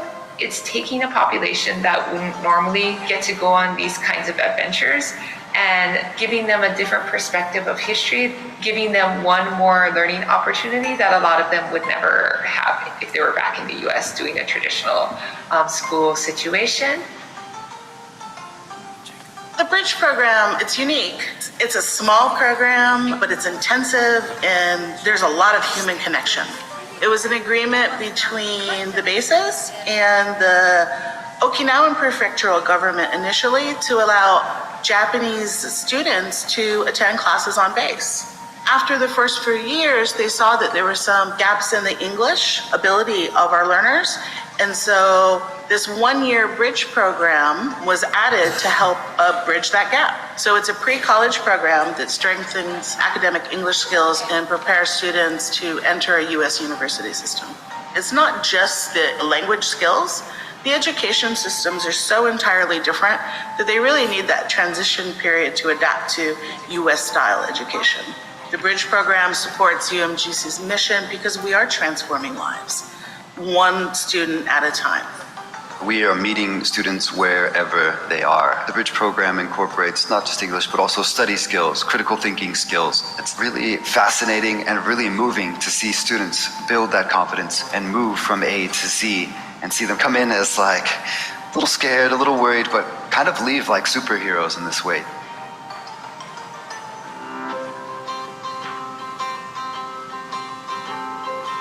The 3D Scholars Program is open to Prince George's County students. They apply by lottery. We choose up to 50 each year for this program. That begins in 9th grade. 3D reflects the 3 credentials that a learner can earn. The high school diploma, their associate's degree from Prince George's Community College, and their bachelor's degree from University of Maryland Global Campus. I would take some classes at the high school, and then I would leave, and then I would go to Prince George's Community College and take some classes there. And I did that from my junior year, so 11th grade, all the way to my senior year, 12th grade. And at the end of my 12th grade year of high school, I graduated with my high school diploma and my associate's degree from Prince George's Community College in criminal justice. I then moved on to University of Maryland Global Campus, and I started to take my courses online there. And then 2 years after being in high school, I got my bachelor's degree. My son, who's a 2019 graduate, one of the first students to graduate from the 3D Scholars Program, went from a young man who just only loved basketball to a young man who loved the idea of becoming a cybersecurity specialist. We have lots of students who love the idea of being entrepreneurs and starting businesses. And now it is the largest sought after program here in Prince George's County Public Schools, with several hundred students applying to be a part of the program every year from across the county. It's engaging, and it allows them the opportunity to just embrace the future without mortgaging it at the same time. What's unique about the 3D Scholars Program is that the price point, it allows those learners to complete their bachelor's degree, including the cost of their associate's degree at Prince George's Community College at under $10,000, which is a phenomenal cost savings. So it's providing an accelerated pathway to degree completion that gets people into the workforce quicker and ultimately promotes economic development for the state. When I was in high school, through the 3D Scholars Program, I started doing dual enrollment. So I took college classes while I was in high school, and I managed to finish really early, and it kind of really set up those means for me to go to law school. I didn't have to worry about paying any student loans or anything. So my parents, they're from El Salvador. Over there, when they were young, like my age, there was a war going on, a civil war. They didn't really have an education, but since now we're here and we have the opportunity to study, they really encouraged us to do so. I didn't really understand how special it was, how unique it was compared to other programs, to other high schools. I like this program because I get to accelerate and be ahead of people that are my age now. I'm excited to say that I can graduate early and also get a free education and have a lot more opportunities. I'm very thankful to the program, graduating high school with your high school diploma and your associates. That's rewarding, but it was also a very rigorous process. But it took hard work, it took dedication. I graduated high school early with no college debt, and not many people can say that. If you're a person who cares about your education, care about where you're going to end up in the future, and you want to be something, you want to be a world changer, this is the program that you want to be in. I am a huge fan of the work, and I just look forward to how we transform the learning for all of our scholars by creating programs such as the 3D Scholars.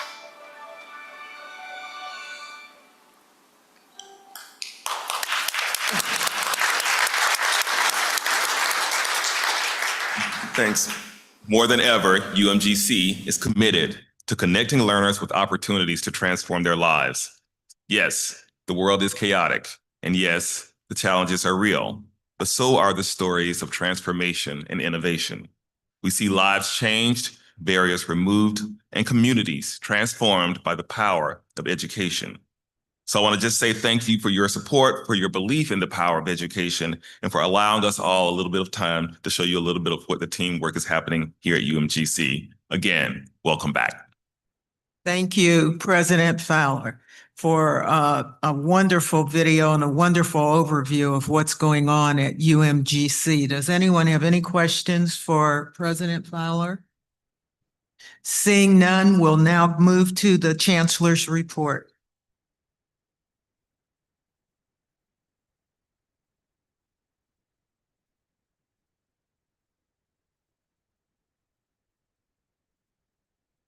Well, thank you, Madam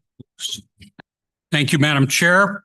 I'm mindful of the time, and to assure any chance we have to greet trick-or-treaters tonight, I promise to go as quickly as I can. Please consult your written report, Regents, for all the important things I'd like to say, but that I would have to leave out. We often talk about the system's path to preeminence. Of course, there are many ways to measure our quality, and yes, national rankings are among them.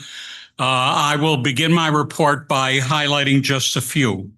US News has released its annual best colleges list, and we have notched some notable laurels. You might have seen a few of them in President Pine's comments. First of all, College Park earned its highest ever ranking, number 16 among public universities.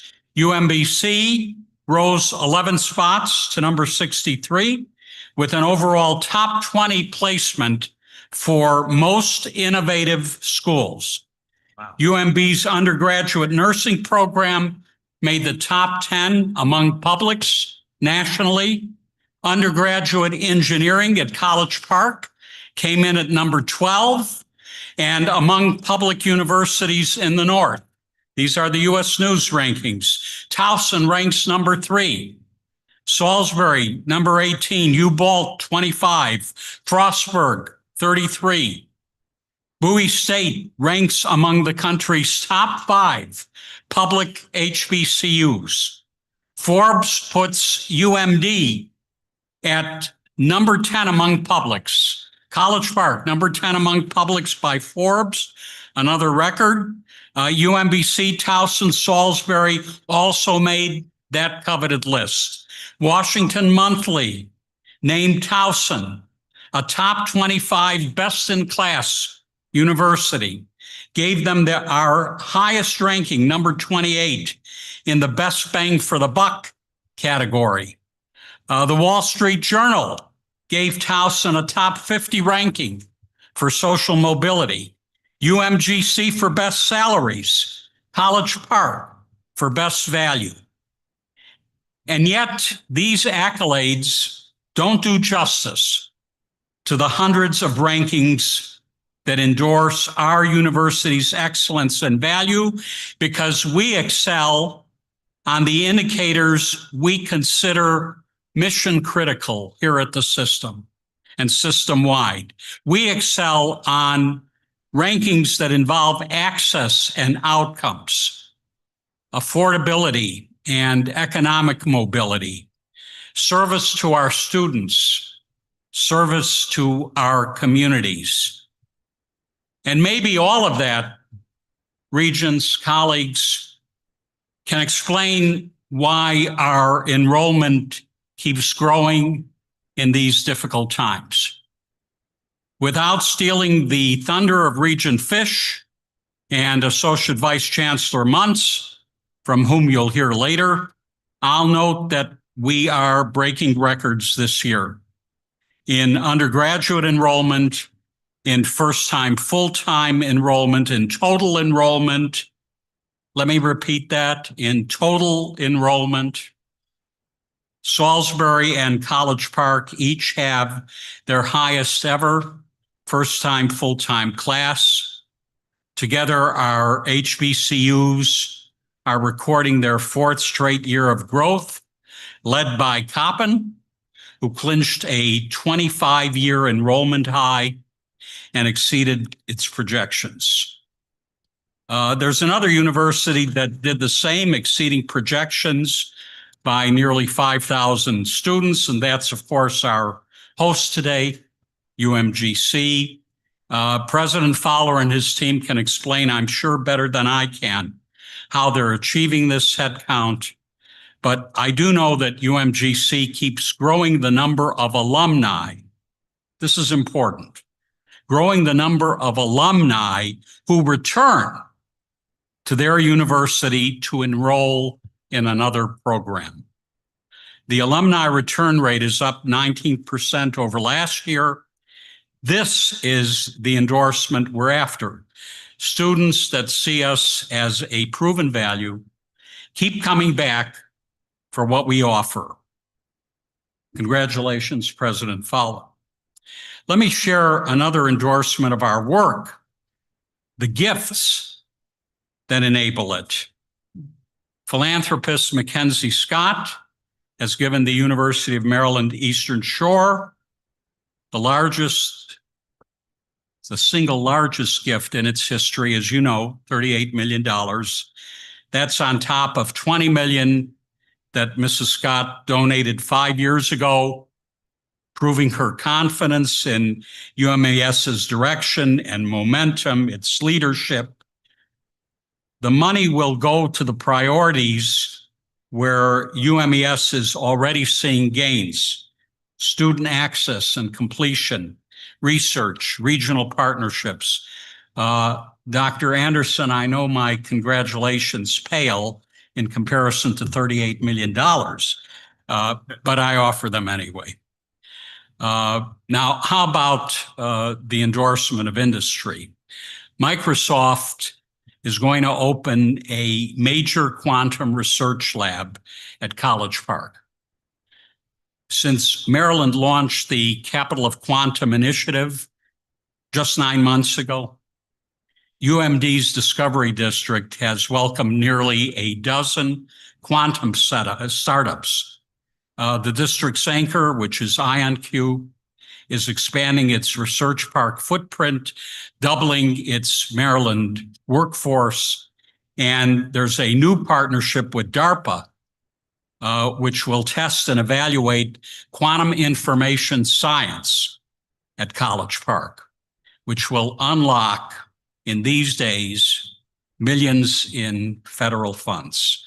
So Provost Palmiero, I know this momentum is hard-earned.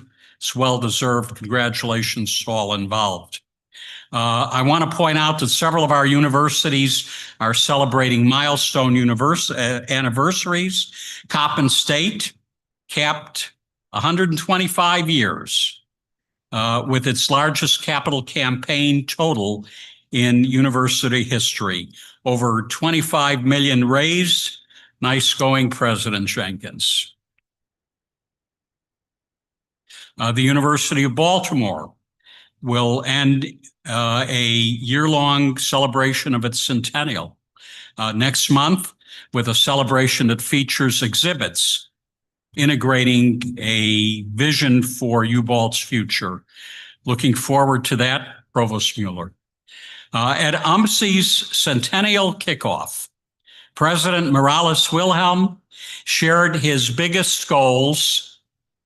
He's ambitious for the next 100 years, expanding UMSI's educational footprint at home and abroad, catalyzing science collaborations and investment, especially from non-government sources, and exploring new research areas focused on ending poverty, disease, hunger, and violence.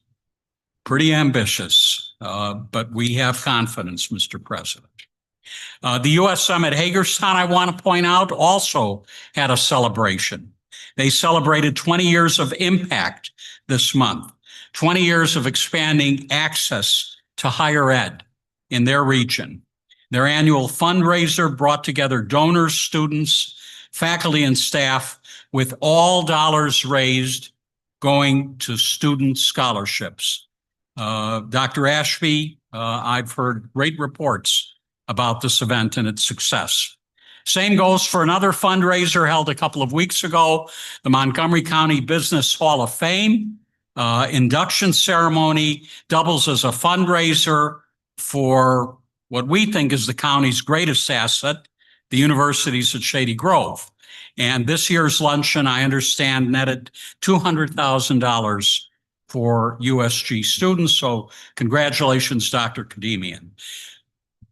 When our universities launch new programs, those programs don't only grow opportunities for our students, they send a signal as to what we value and what we invest in. With a STEM culture in this country that, yes, can crowd out everything else, UMBC is doubling down on the arts. The university's Arts Plus initiative, launched with an on-campus Baltimore Symphony Orchestra concert, is going to lift up the visual and performing arts at UMBC and connect the campus and community in the celebration of human creativity.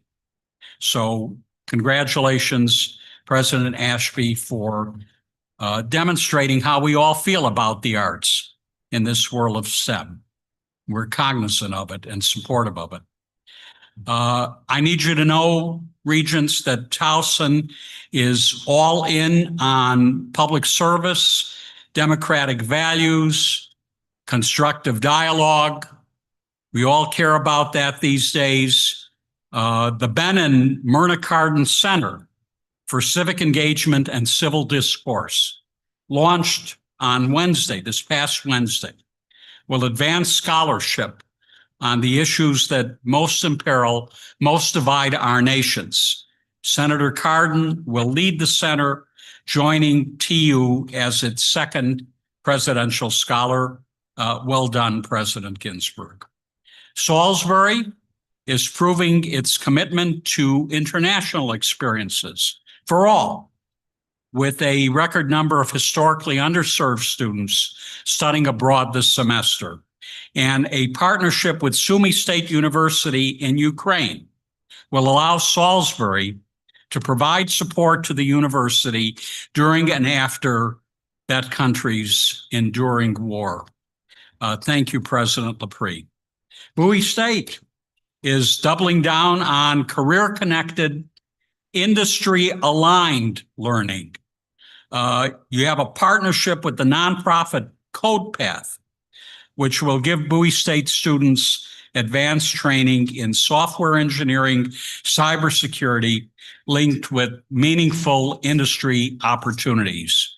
And there's a $1 million NSF grant to launch a computing experiential hub, which will connect students to careers in AI and emerging technologies. Congratulations, President Bro. Frostburg State is leaning into its role driving the regional economy. Frostburg has won a $400,000 NSF grant to connect applied research with community entrepreneurship. This grant, which is one of the largest NSF investments in Frostburg's history, is going to launch the Appalachian Innovation Institute.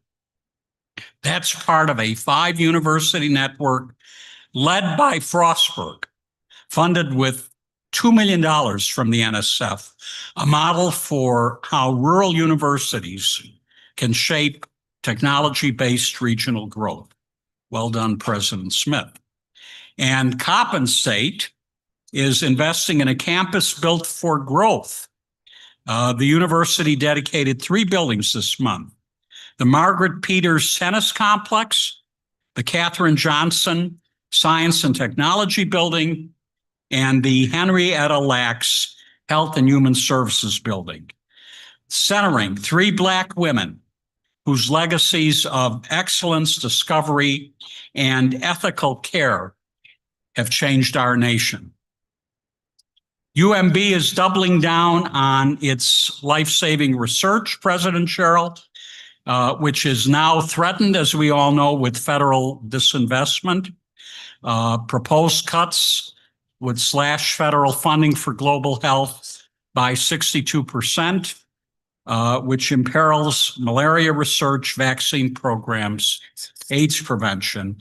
So as a bulwark against these cuts, UMB School of Medicine is linking its global focus departments, institutes, and centers, leveraging assets and partnerships to sustain and grow its global health impact. They're being very conscious and deliberative about responding to the cuts. And we are supporting them eagerly. The USM at Southern Maryland is leaning into community care. Last month, the center hosted the Southern Maryland Suicide Prevention Summit. It opened up a conversation about suicide risk and self-harm, gathering together prevention and intervention resources that save lives every day. So thanks, Dr. Nesbury, for your leadership.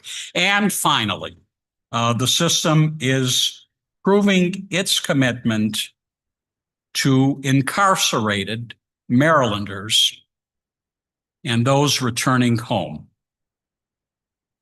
I happily announce to you that the system has won a $4 million grant to develop a statewide plan for prison education and reentry program. This is a critical milestone, and I thank those responsible. Regent Wood.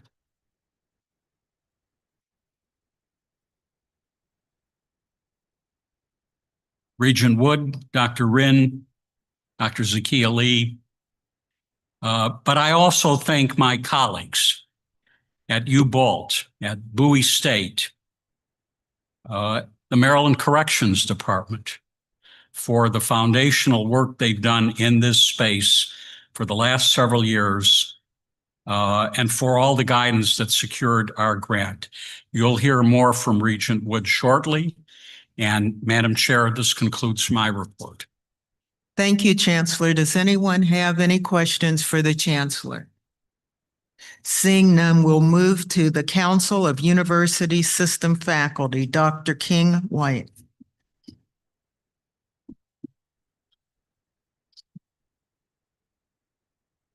Thank you, Madam. Thank you, Madam Chair, and thank you, President Fowler, for hosting us for dinner last evening and for the board meeting today. The art exhibits were indeed excellent, as well as the food and company. In addition, I hope you all have a safe and fun Halloween later this evening. I get to chase 3 kids around the neighborhood.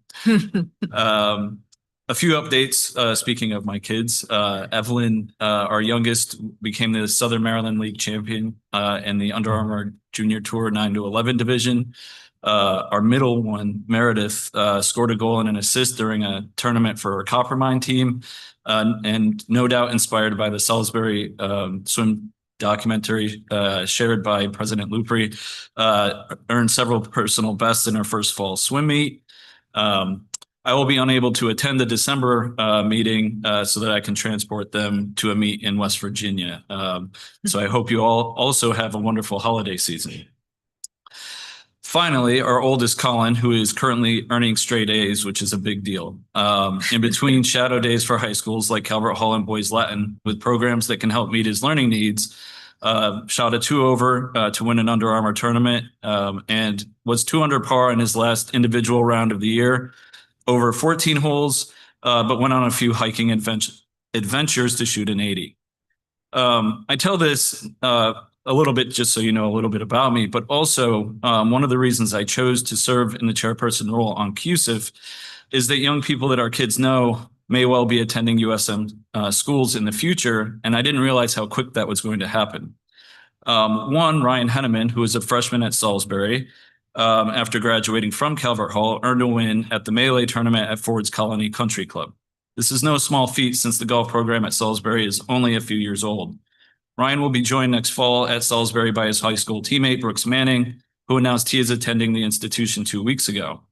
In addition, another of their teammates, Ryan Hoffner, just agreed to join the good guys to play for Coach Mike Larkin and attend Towson just this week. These are Colin's friends and mentors. He's watched their matches, ridden the team bus, and competed in events with and against them. Even though Colin is still in the process of gaining admissions to high school, these young men have always treated him as one of their own, and they each chose the USM. It is truly an exciting time for me to give back and serve in this role to do my part to represent faculty and help provide the conditions for the best student experience we can. With specific regard to CUSIF, and I know this is elaborated on a lot more in the report, but in the interest of time, I'll hit on some highlights. We had our second meeting and our first with a full roster after all the institutions completed their voting. It was nice to have our full team so that we could begin working towards some of the goals for the year that the various committees were determined to work on in September. In the main general body meeting, the big moments were Vice Chancellor Allison Rinn detailing changes made in the C7 policy and responding to difficult questions on the revisions. Kelsey Beckett, USM Chief of Staff, reported on the changes to the policy on sex discrimination and Title IX coordinators, providing a review of the September Board of Regents meeting and system-wide meeting update that took place in June. Vice Chancellor Rinn then offered information about ongoing concerns at the USM regarding the impact of federal decisions on the system. I provided updates around scheduling the Tri-Council meeting to take place in November. I've worked closely with Roy and Jefferson as well as USM leadership to put that together. We've also worked on Advocacy Day in February to support the USM. Reviewed my experiences with the first Board of Regents meeting, and then also turned it over to our Vice Chair, Maida Finch, who put on the Council of Chairs meeting, Senate Chairs meeting in Baltimore. She capably ran that meeting as well. After that, the committees broke off and met to work on agenda items for the future. And I'll come back to some highlights on that in a moment. I do want to take just a second to say that Chancellor Jay Pearman joined us after that breakout session and delivered a brief state of the USM update and left time for a few challenging questions. Faculty demonstrated deep appreciation during and after that period for Chancellor Perman's continued presence and willingness to respond to the round of questioning.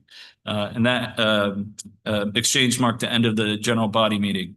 I do want to say that the awards committee is fully actualized or realized. We follow the guidelines for the selection of deserving faculty awards, and the team will review and make recommendations to the Board of Regents in the coming months. I want to thank Dr. Lorenda Naylor from the University of Baltimore for agreeing to chair such an important committee. The Ed Policy Committee, chaired by Dr. Mary Crowley, has 4 points that are elaborated on in the report. But the main one is they're looking at revisions to the USM guidance on workplace civility related to bullying, which is expected to advance to the Board of Regents this academic year. Faculty Affairs nominated and she accepted Dr. Doris Santamaria McCain.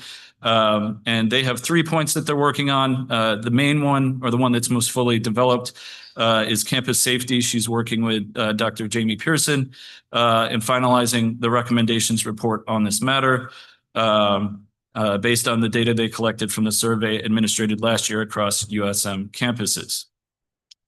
Legislative Affairs, chaired by Dr. Holly Brewer, is working to advocate for shared governance groups to be included in any pending cuts at the USM and institutional level, and develop inclusive responses to federal and state legislation. The Research Committee, co-chaired by Dr. Tom Abrams and Miroslav Janowski, is exploring strategies that involve next-gen technologies for strengthening the capacity for across USM to produce transformative and high-impact research. And finally, the Rules and Membership Committee has nominated Dr. Adam Schneider. He is not fully accepted yet. He's looking at some time commitments, but they aim to take a deeper look at our Constitution and bylaws. And then in the spring, they're going to work closely with me and the Senate chairs to make sure that we have an updated roster for 26-27 set as early as possible. In the review of minutes, I realized that prior chairs, pre-COVID, actually were doing these things very early. So I think that we'll bring that back. So although I will not be in attendance this December, I trust that our CUSIF Secretary, Miroslav Janowski, will capably report on our November Joint Council meeting. And I look forward to continue updating you as we develop CUSIF priorities for the rest of the year. Thank you. Well, happy holidays in advance. And any questions? Seeing none, thank you for your report. We'll now have the Council of University System Staff, Mr. Prouty.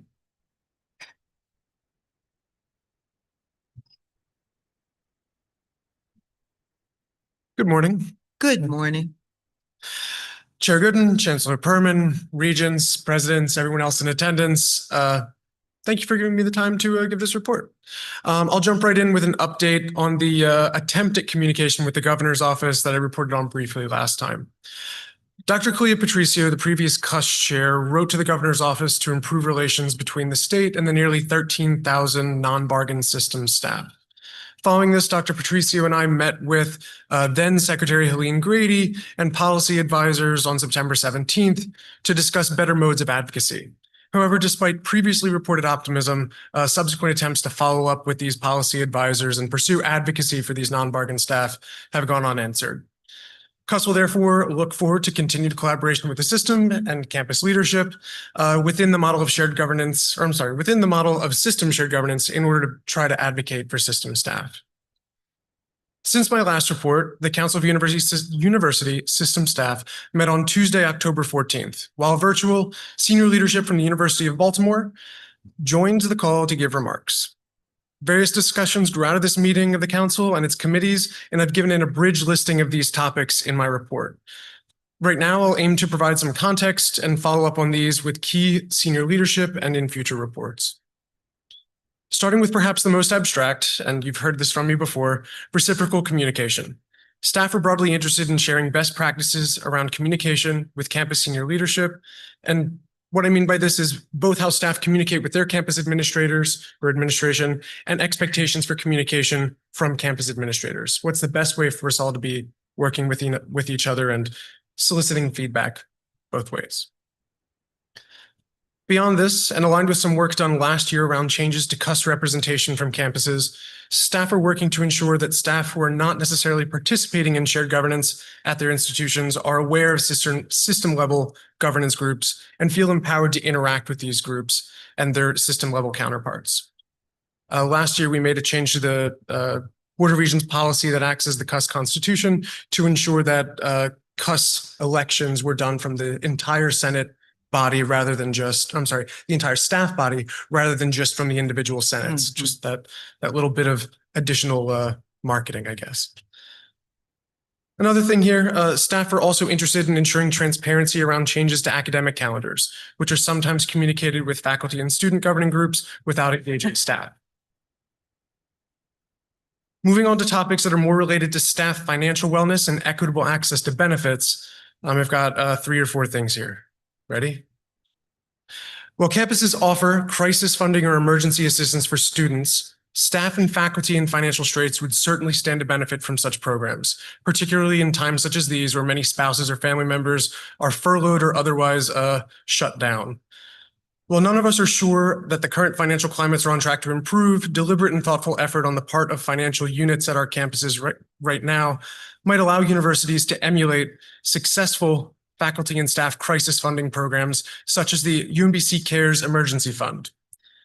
The System Office of Administration and Finance has been incredibly helpful in exploring possibilities related to crisis funding as an idea, and staff hope to continue this conversation and deliver some summary of best practices at a future date.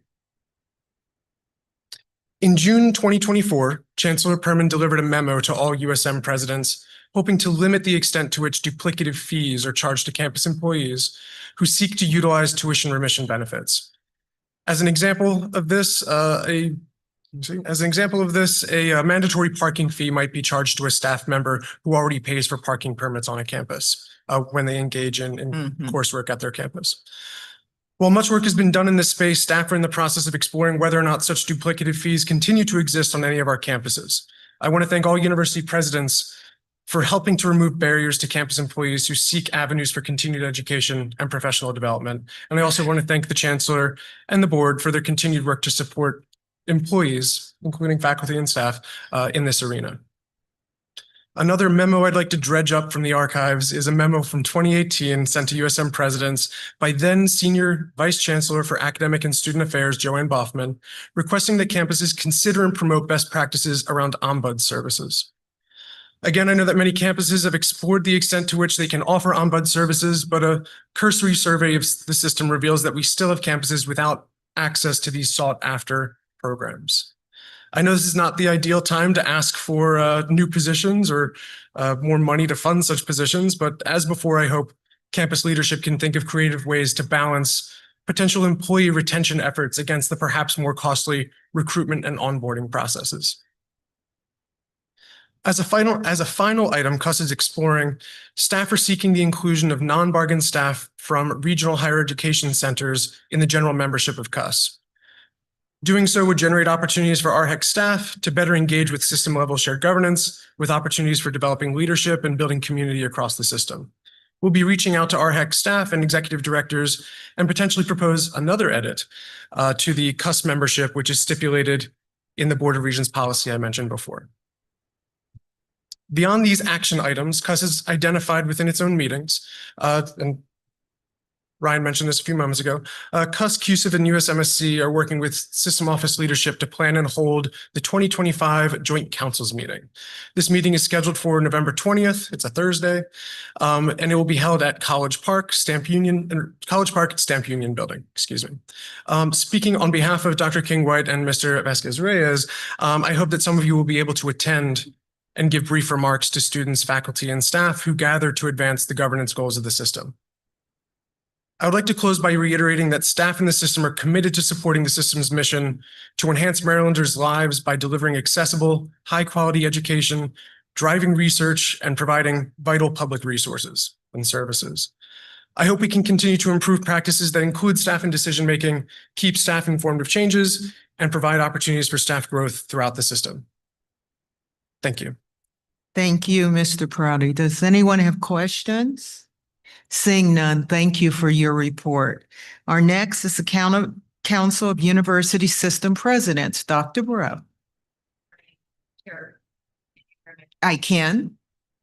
The report stands as written. We did not meet during the month of October. We're scheduled to meet next week on November 3rd. Thank you very much. Oh, I love your report. Thank you. Thank you. University System of Maryland Student Council, Mr. Vasquez Reyes.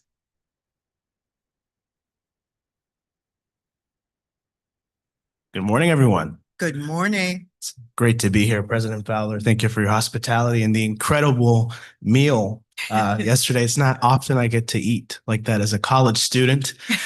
I agree with Chair Gooden, though the flatbread pizza was the star of the show. But without further ado, I'll go ahead and get into my report. Good morning, Chair Gooden, Regents, Chancellor Perman, University Presidents, and System Office staff. This month, the USMSC met for the first time on October 5th, 2025. This year, we adopted a new structure for our council meetings, divided them between our graduate council and undergraduate council meetings. Our GSA representatives participated in a discussion where they shared their current challenges. Common topics included the following: visa conflicts, international student support, and research funding cuts. Our undergraduate council also had a meaningful discussion about the challenges they're experiencing. Common themes discussed included international student support, affordable housing, transparency concerns, and parking. On a positive note, though, the majority of our institutions, SGAs and GSAs, are seeing increased engagement and more assembly members. For example, UMD's GSA has the highest membership since COVID. So they're very excited about that. And they're seeing increased engagement across different platforms that they use to communicate, such as WhatsApp. Multiple students from across the system have reached out recently to the council's leadership via email regarding the topic of divestment. We informed all the groups and coalitions about the USM Foundation's Sustainable Investing Inquiries and Process and asked them to refer to it. In the coming weeks, I will meet with them along with our government relations and student affairs directors to hear from them about their concerns. During the full council meeting, the executive board and our directors shared the progress on their initiatives. It reads as follows.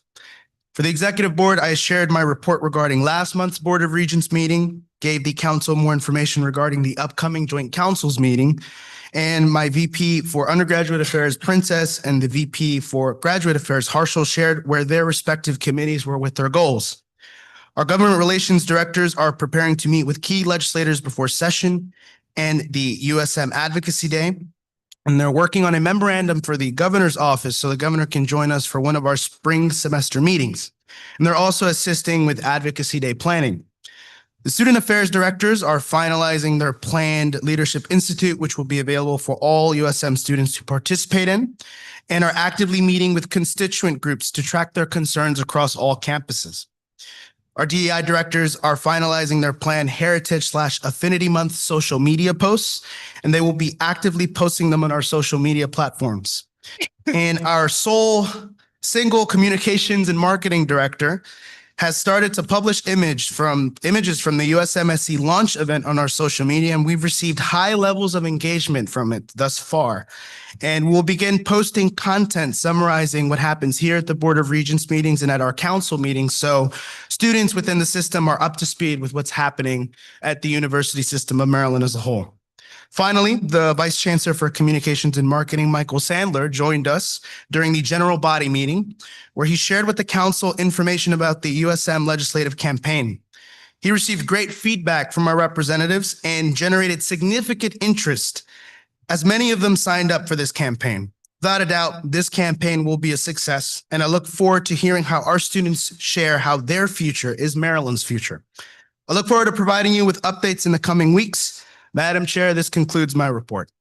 Well, thank you. Any questions? Seeing none, thank you for your report. The next order of business is the consent agenda. Decisions regarding which items to include on the consent agenda were made by me and the committee chairs. However, any regent may request that an item be removed from the consent agenda for separate review and discussion. Before I move approval of the consent agenda, I ask if there are any items that any region would like removed from the consent agenda for separate review and discussion. I move approval of all of the items on the consent agenda. Can I get a second? All in favor? Aye. Any opposed? Any abstentions? Seeing none, the motion carries. Our next order of business is the committee reports. We have one item for the Committee of Finance. Then we'll hear an enrollment update. And then the next three items will be for the Committee of the Whole. The first will be from Regent Wood, who will provide an update on prison education. The last heard from Regent Wood on this initiative was June 2024. And so let's start with finance. Regent Fish. So in the efficiency of time, I'm going to turn it over immediately to our Associate Vice Chancellor, Chad Muntz, who will walk us through the enrollment data.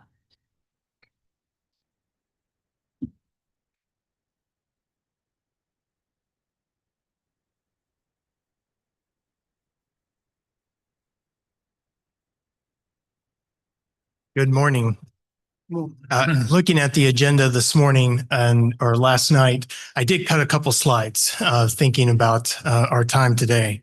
But first, let me talk about the strong enrollment across USM. But before I do that, I just need to send some thank you to the enrollment team at USM, which includes our Senior Vice Chancellor for Academic Affairs, Allison Wren, our Associate Vice Chancellor, Candace Carrico, and her team. And then on my team, Katerina Soule, who and her team helped put this together. I appreciate that. We work with the president's staff, with enrollment management, with our budget officers, institutional research to share information, bring it together. And that, I think, has helped with the enrollment accuracy that we'll talk about in a minute, but it couldn't have been done without what we hear from your staff, and I appreciate them very much. So thank you. All right, you've already heard some of the great news today. Our first look at enrollment is our preliminary fall enrollment update. This is the first chance for us to compare the enrollment to our enrollment projections that the board approved here in April. We have 178,131 students.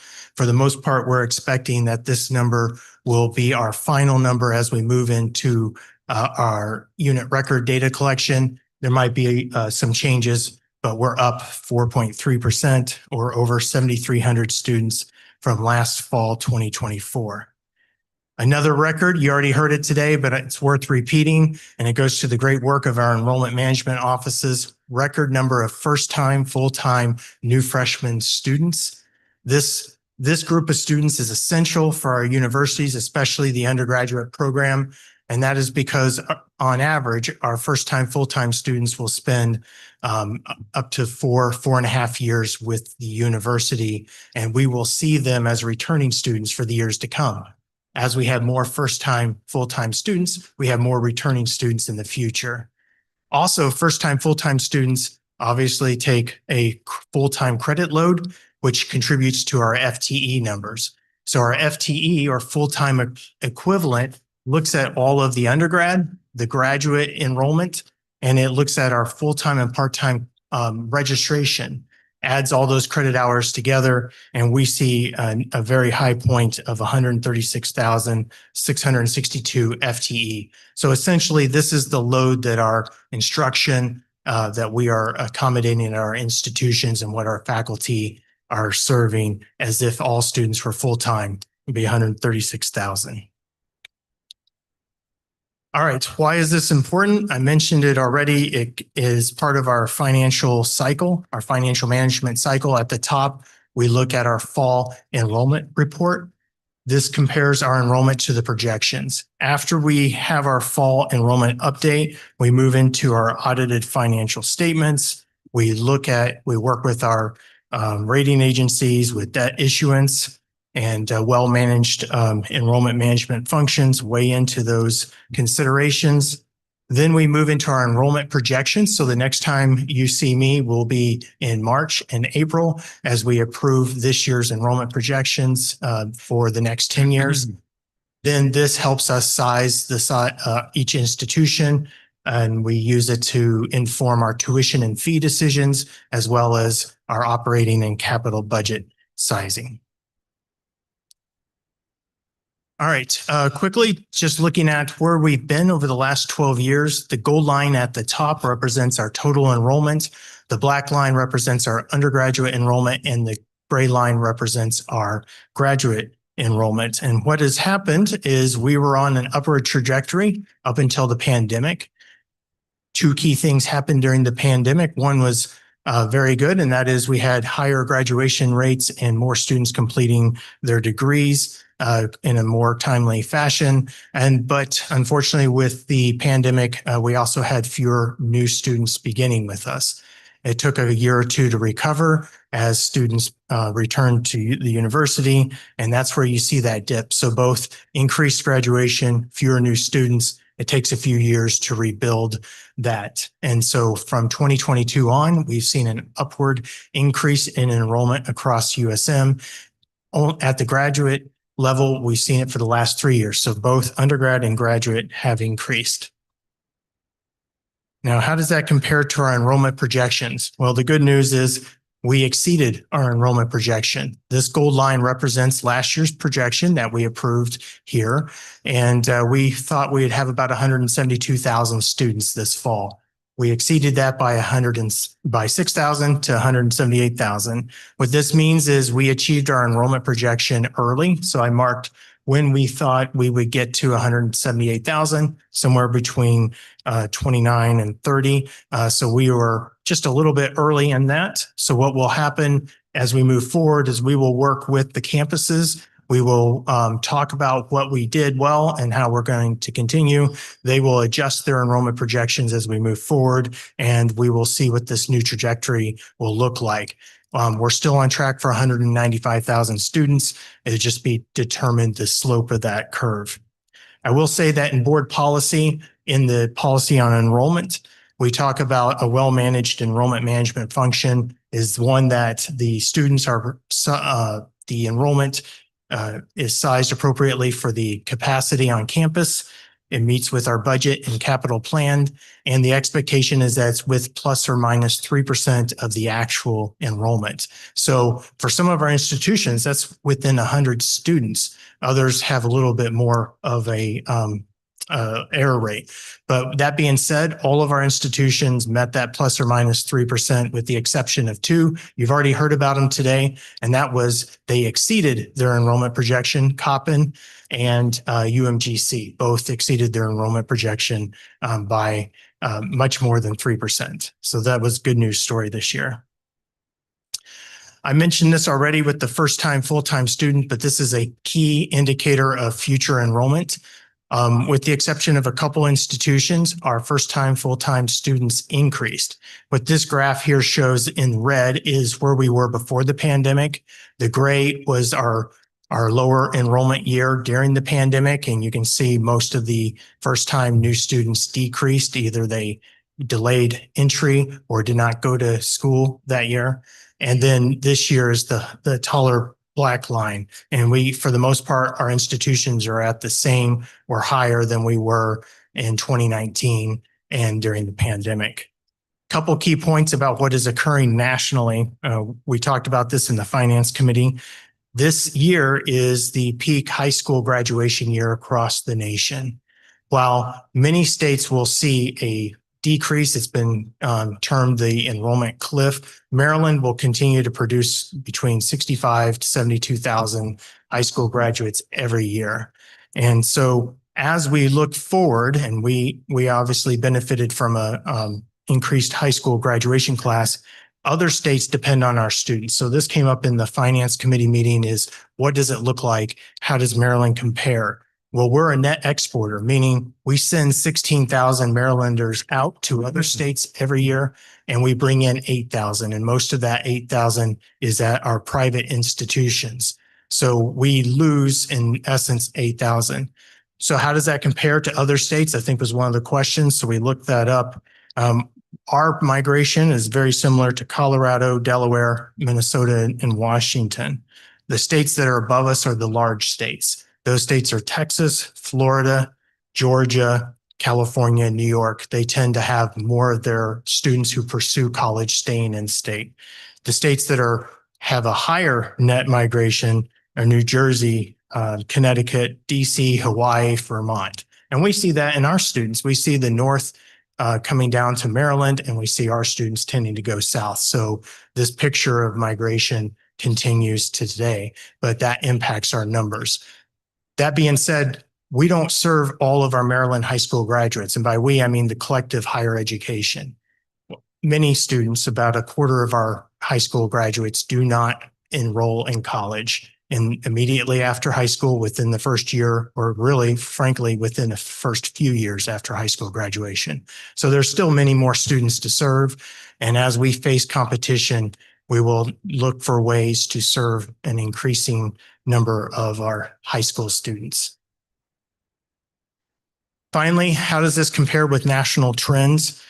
By this time, usually we know a little bit more from the National Student Clearinghouse, who keeps track of early enrollment. No report has been given, but I will say that monitoring press releases across other systems and states, we're seeing enrollment increases across the nation from Colorado, Kansas, Maine, the Apache system, Tennessee, Utah. We're seeing increases in FTE, meaning students are registered in more credits.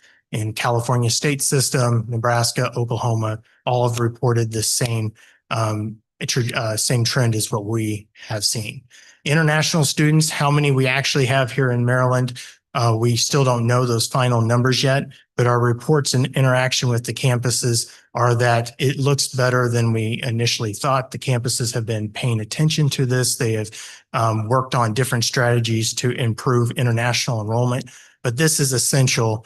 And Candace reminded me about the economic impact of our international students. It could be up to $1 billion impact in our economy. It's essential for the state of Maryland to make sure we have this pipeline of international students. At the graduate level, it represents about half of our research STEM students, and especially our research assistants. So this is a key critical student body. At the undergraduate, we also are seeing some increases in international students, and that's helpful because once those students are here, we have a chance of retaining them and weathering perhaps a downturn. But U.S. still remains number one in the world market for education. So we still have high demand. With those comments, I believe I've answered all the questions from Finance Committee. And if you have additional questions, please let me know. Yes, Andy? Great, thank you. You go back 2 slides. I want to make sure that I understood something. Yeah, that. So I thought, but my recollection was there was essentially a baby bust in 2007, 2008, 2009 because of the financial crisis. So we were all told 18 years later, which would be 25, 26, 27, be aware of there being fewer students, hence the enrollment cliff. So this shows none of that. But what I think I heard you say is that Maryland just didn't have the same, we're not having the high school enrollment decreases that would precede a higher education enrollment bust. Just because, so is the implication that we're going to have the standard amount of 18-year-olds coming out of our state, unlike other states, which saw a decrease. So as long as we keep maintaining the percentage of Maryland high schoolers who go to our schools, will be okay, but we need to be concerned that other states are going to poach our high schoolers. Yeah. Is that right? Yes, exactly. Got it. That's it. Yes. So we are, we still have families moving into Maryland, and we still have a high number of students in the K through 12 system, unlike other states that might see decreases. Yes. So you're exactly right. Yeah. Other questions for Chad? Seeing none, Chad, thank you for the excellent report. And thank you to all of the presidents I mean, clearly you're providing a product that people are very interested in, and these numbers reflect it. Regent Wood?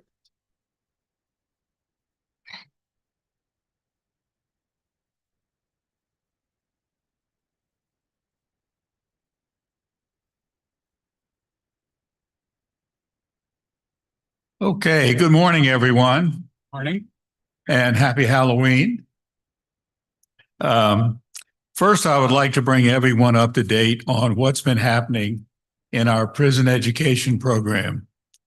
Over the past 12 months, USM staff have been actively engaged in meetings with prison education program staff within the university system and other higher education prison programs operated in the Jessup Correctional Institution by Goucher College and Georgetown University.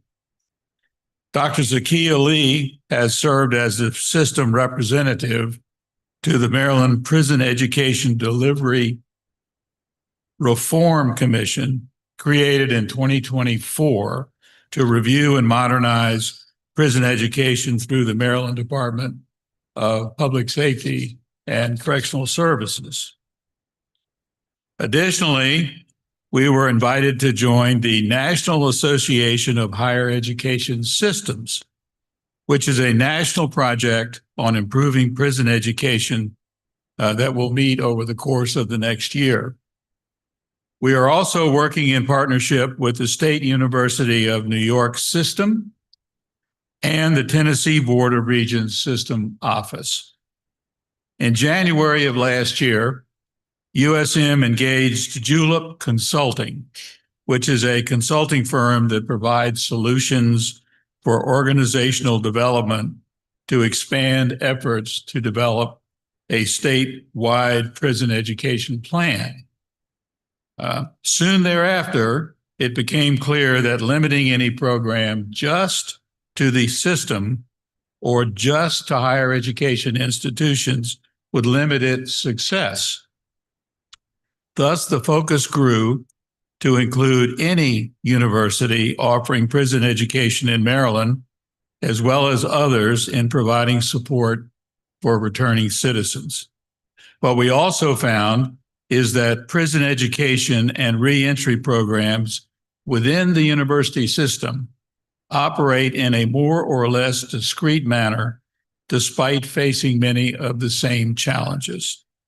Also, those schools seeking to launch programs within the prison system encounter similar and substantial barriers to entry.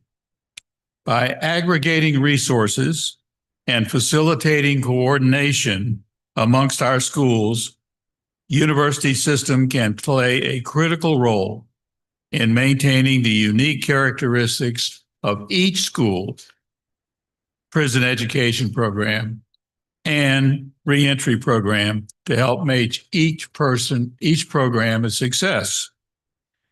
This system focused approach will provide the structure and funding not only to grow existing programs, but also to launch new programs that engage non-traditional students and produce positive outcomes for incarcerated and previously incarcerated individuals.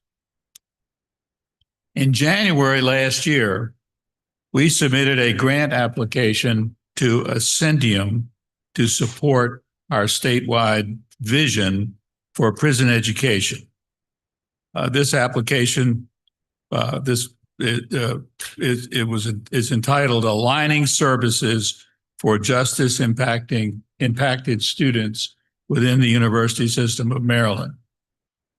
Just last Friday, October 24th, as Chancellor Perman mentioned, we learned that the system has been awarded a $4.1 million grant over the next 4 years to implement this vision.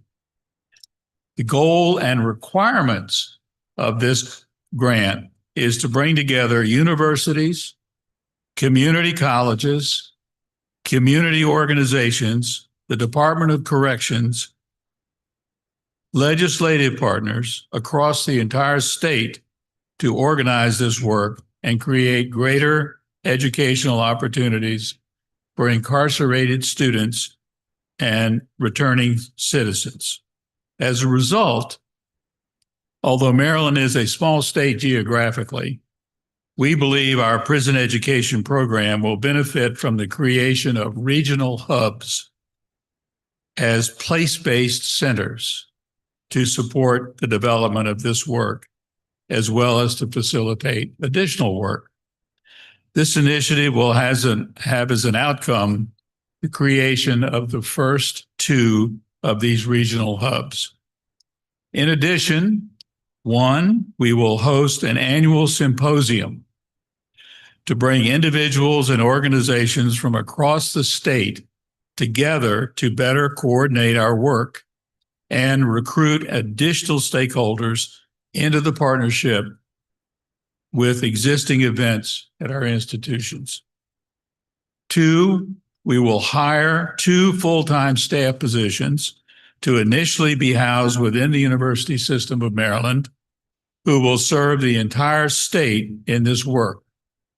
And finally, we will provide a $400,000 each year in grants to higher education institutions, community partners, and others to develop and sustain this work. We are incredibly excited to embark upon this work and want to thank our partners, especially Andrea Cantora at the University of Baltimore, Charles Adams at Bowie State University, and Danielle Cox with the Department of Public Safety and Correctional Services for the work that they have done to get us to this point. We also want to especially thank and recognize Dr. Allison Wren, Senior Vice Chancellor for Academic and Student Affairs, and Dr. Zakia Lee, Associate Vice Chancellor for Student Affairs, and many others for their dedication to this work. And of course, I can't let this opportunity go by without thanking Bowie State University President Amita Bro and UBAL President Kurt Schmoke for their early vision to implement prison education programs at the Jessup Institution. And also, I'd like to thank President Mark Ginsburg at Towson University, who anticipates starting a prison education program in Hagerstown, hopefully in the fall of 2026. So I'd like to also offer a deep thank you to President Pines and the staff at the University of Maryland for their event last night, announcing the Forward Initiative, fundraising initiative, which was a big success. And we really appreciated the opportunity to be there. So thank you all for your attention. That's my report. Thanks, Bill. Any questions for Regent Wood? Aminta? Thank you, Madam Chair. I would like to, not a question, I'd like to acknowledge the outstanding leadership and efforts that are going to have far-reaching impact on these students who are incarcerated. I've gone to Jessup and sat with them and heard their stories. And so this is so significant, the leadership that you have provided. So I want to acknowledge Regent Bill Wood for his outstanding work, and also acknowledge Regent Yvette Lewis, who at Bowie State University has started an initiative to help those who are coming out and graduating from this program to ensure that they have a way forward and the supports that they need. So together, I just want to say huge thank you to the Board of Regents, to you, Regent Wood, to Regent Lewis. Thank you all for what you're doing. Thank you.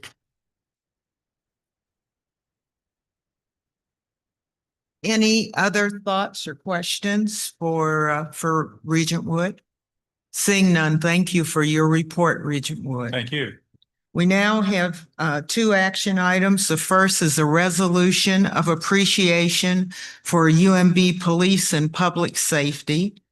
The resolution is to recognize that the Board of Regents of the University System of Maryland commends UMB Police and Public Safety for its outstanding contributions to the University of Maryland, Baltimore, and the City of Baltimore.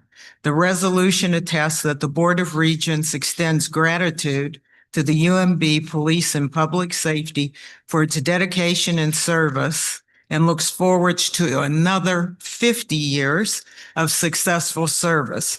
I move it for approval. Can I get a second? Second. All in favor? Aye. Any opposed? Any abstentions? Good thing no one opposed it. I guess you could be arrested or something. Our last item today is a reaffirmation of the Board of Regents' position against the illegal discrimination. The board wishes to reaffirm that the University System of Maryland is committed to creating an environment where everyone is welcome and can thrive. The Board of Regents strongly supports our mission to educate and serve the people of Maryland, advance equity, justice, and opportunity, and produce research and scholarship that improves lives. To achieve that mission, our community, including our 12 universities, 3 regional higher education centers, and system office, stands firmly behind a pledge to provide equal opportunity and an education and work environment free of any discrimination. Examples include discrimination on the basis of race, color, religion, shared ancestry or ethnic characteristics, national origin, age, sex, sexual orientation, gender identity or expression, disability, or genetic information, or any other characteristic protected by law. As such, the board strongly condemns acts of hatred and intolerance that divide our community. This includes anti-Semitism and Islamophobia, which have given rise to college campuses in recent years. Discrimination has no place at the USM. We stand for civility, inclusion, and collaboration, core values that influence our work and propel us forward each day. Do I have a motion to approve the reaffirmation? So moved. Second? Second. All in favor? Aye. Any opposed? Any abstentions? Hearing none, the motion passes. Before I close, I want to acknowledge JR. JR, where are you? You know, JR has spent 50 years in law enforcement, 14 years with our chancellor, and this is his last meeting with us. He has decided to retire, so let's give JR a round.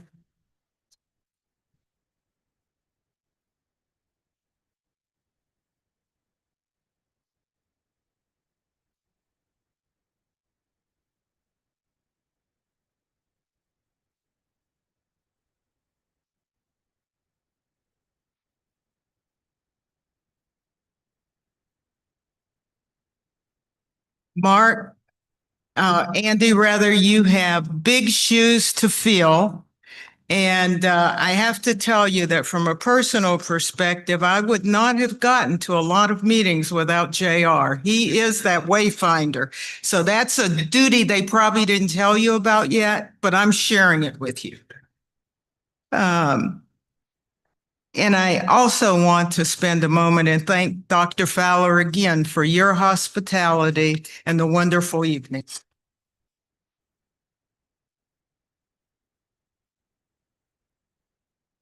And after that wonderful chancellor's report, I really want to thank all the presidents for your leadership. It's clear we are moving the system forward.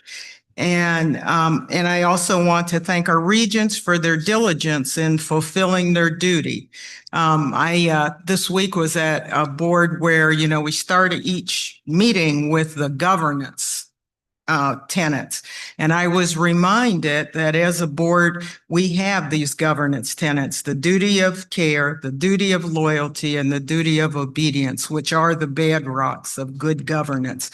And so I want to thank all of you for your diligence in fulfilling your activities. And to all of you this morning who attended, for your patience for a somewhat longer meeting. And the closed session will start promptly in 10 minutes in room 2101. 2101. Is that right, Catherine? Okay. All right. So see you in 2101 in 10 minutes if you have business in the closed session. Thank you and have a great weekend. Happy Halloween. Thank you.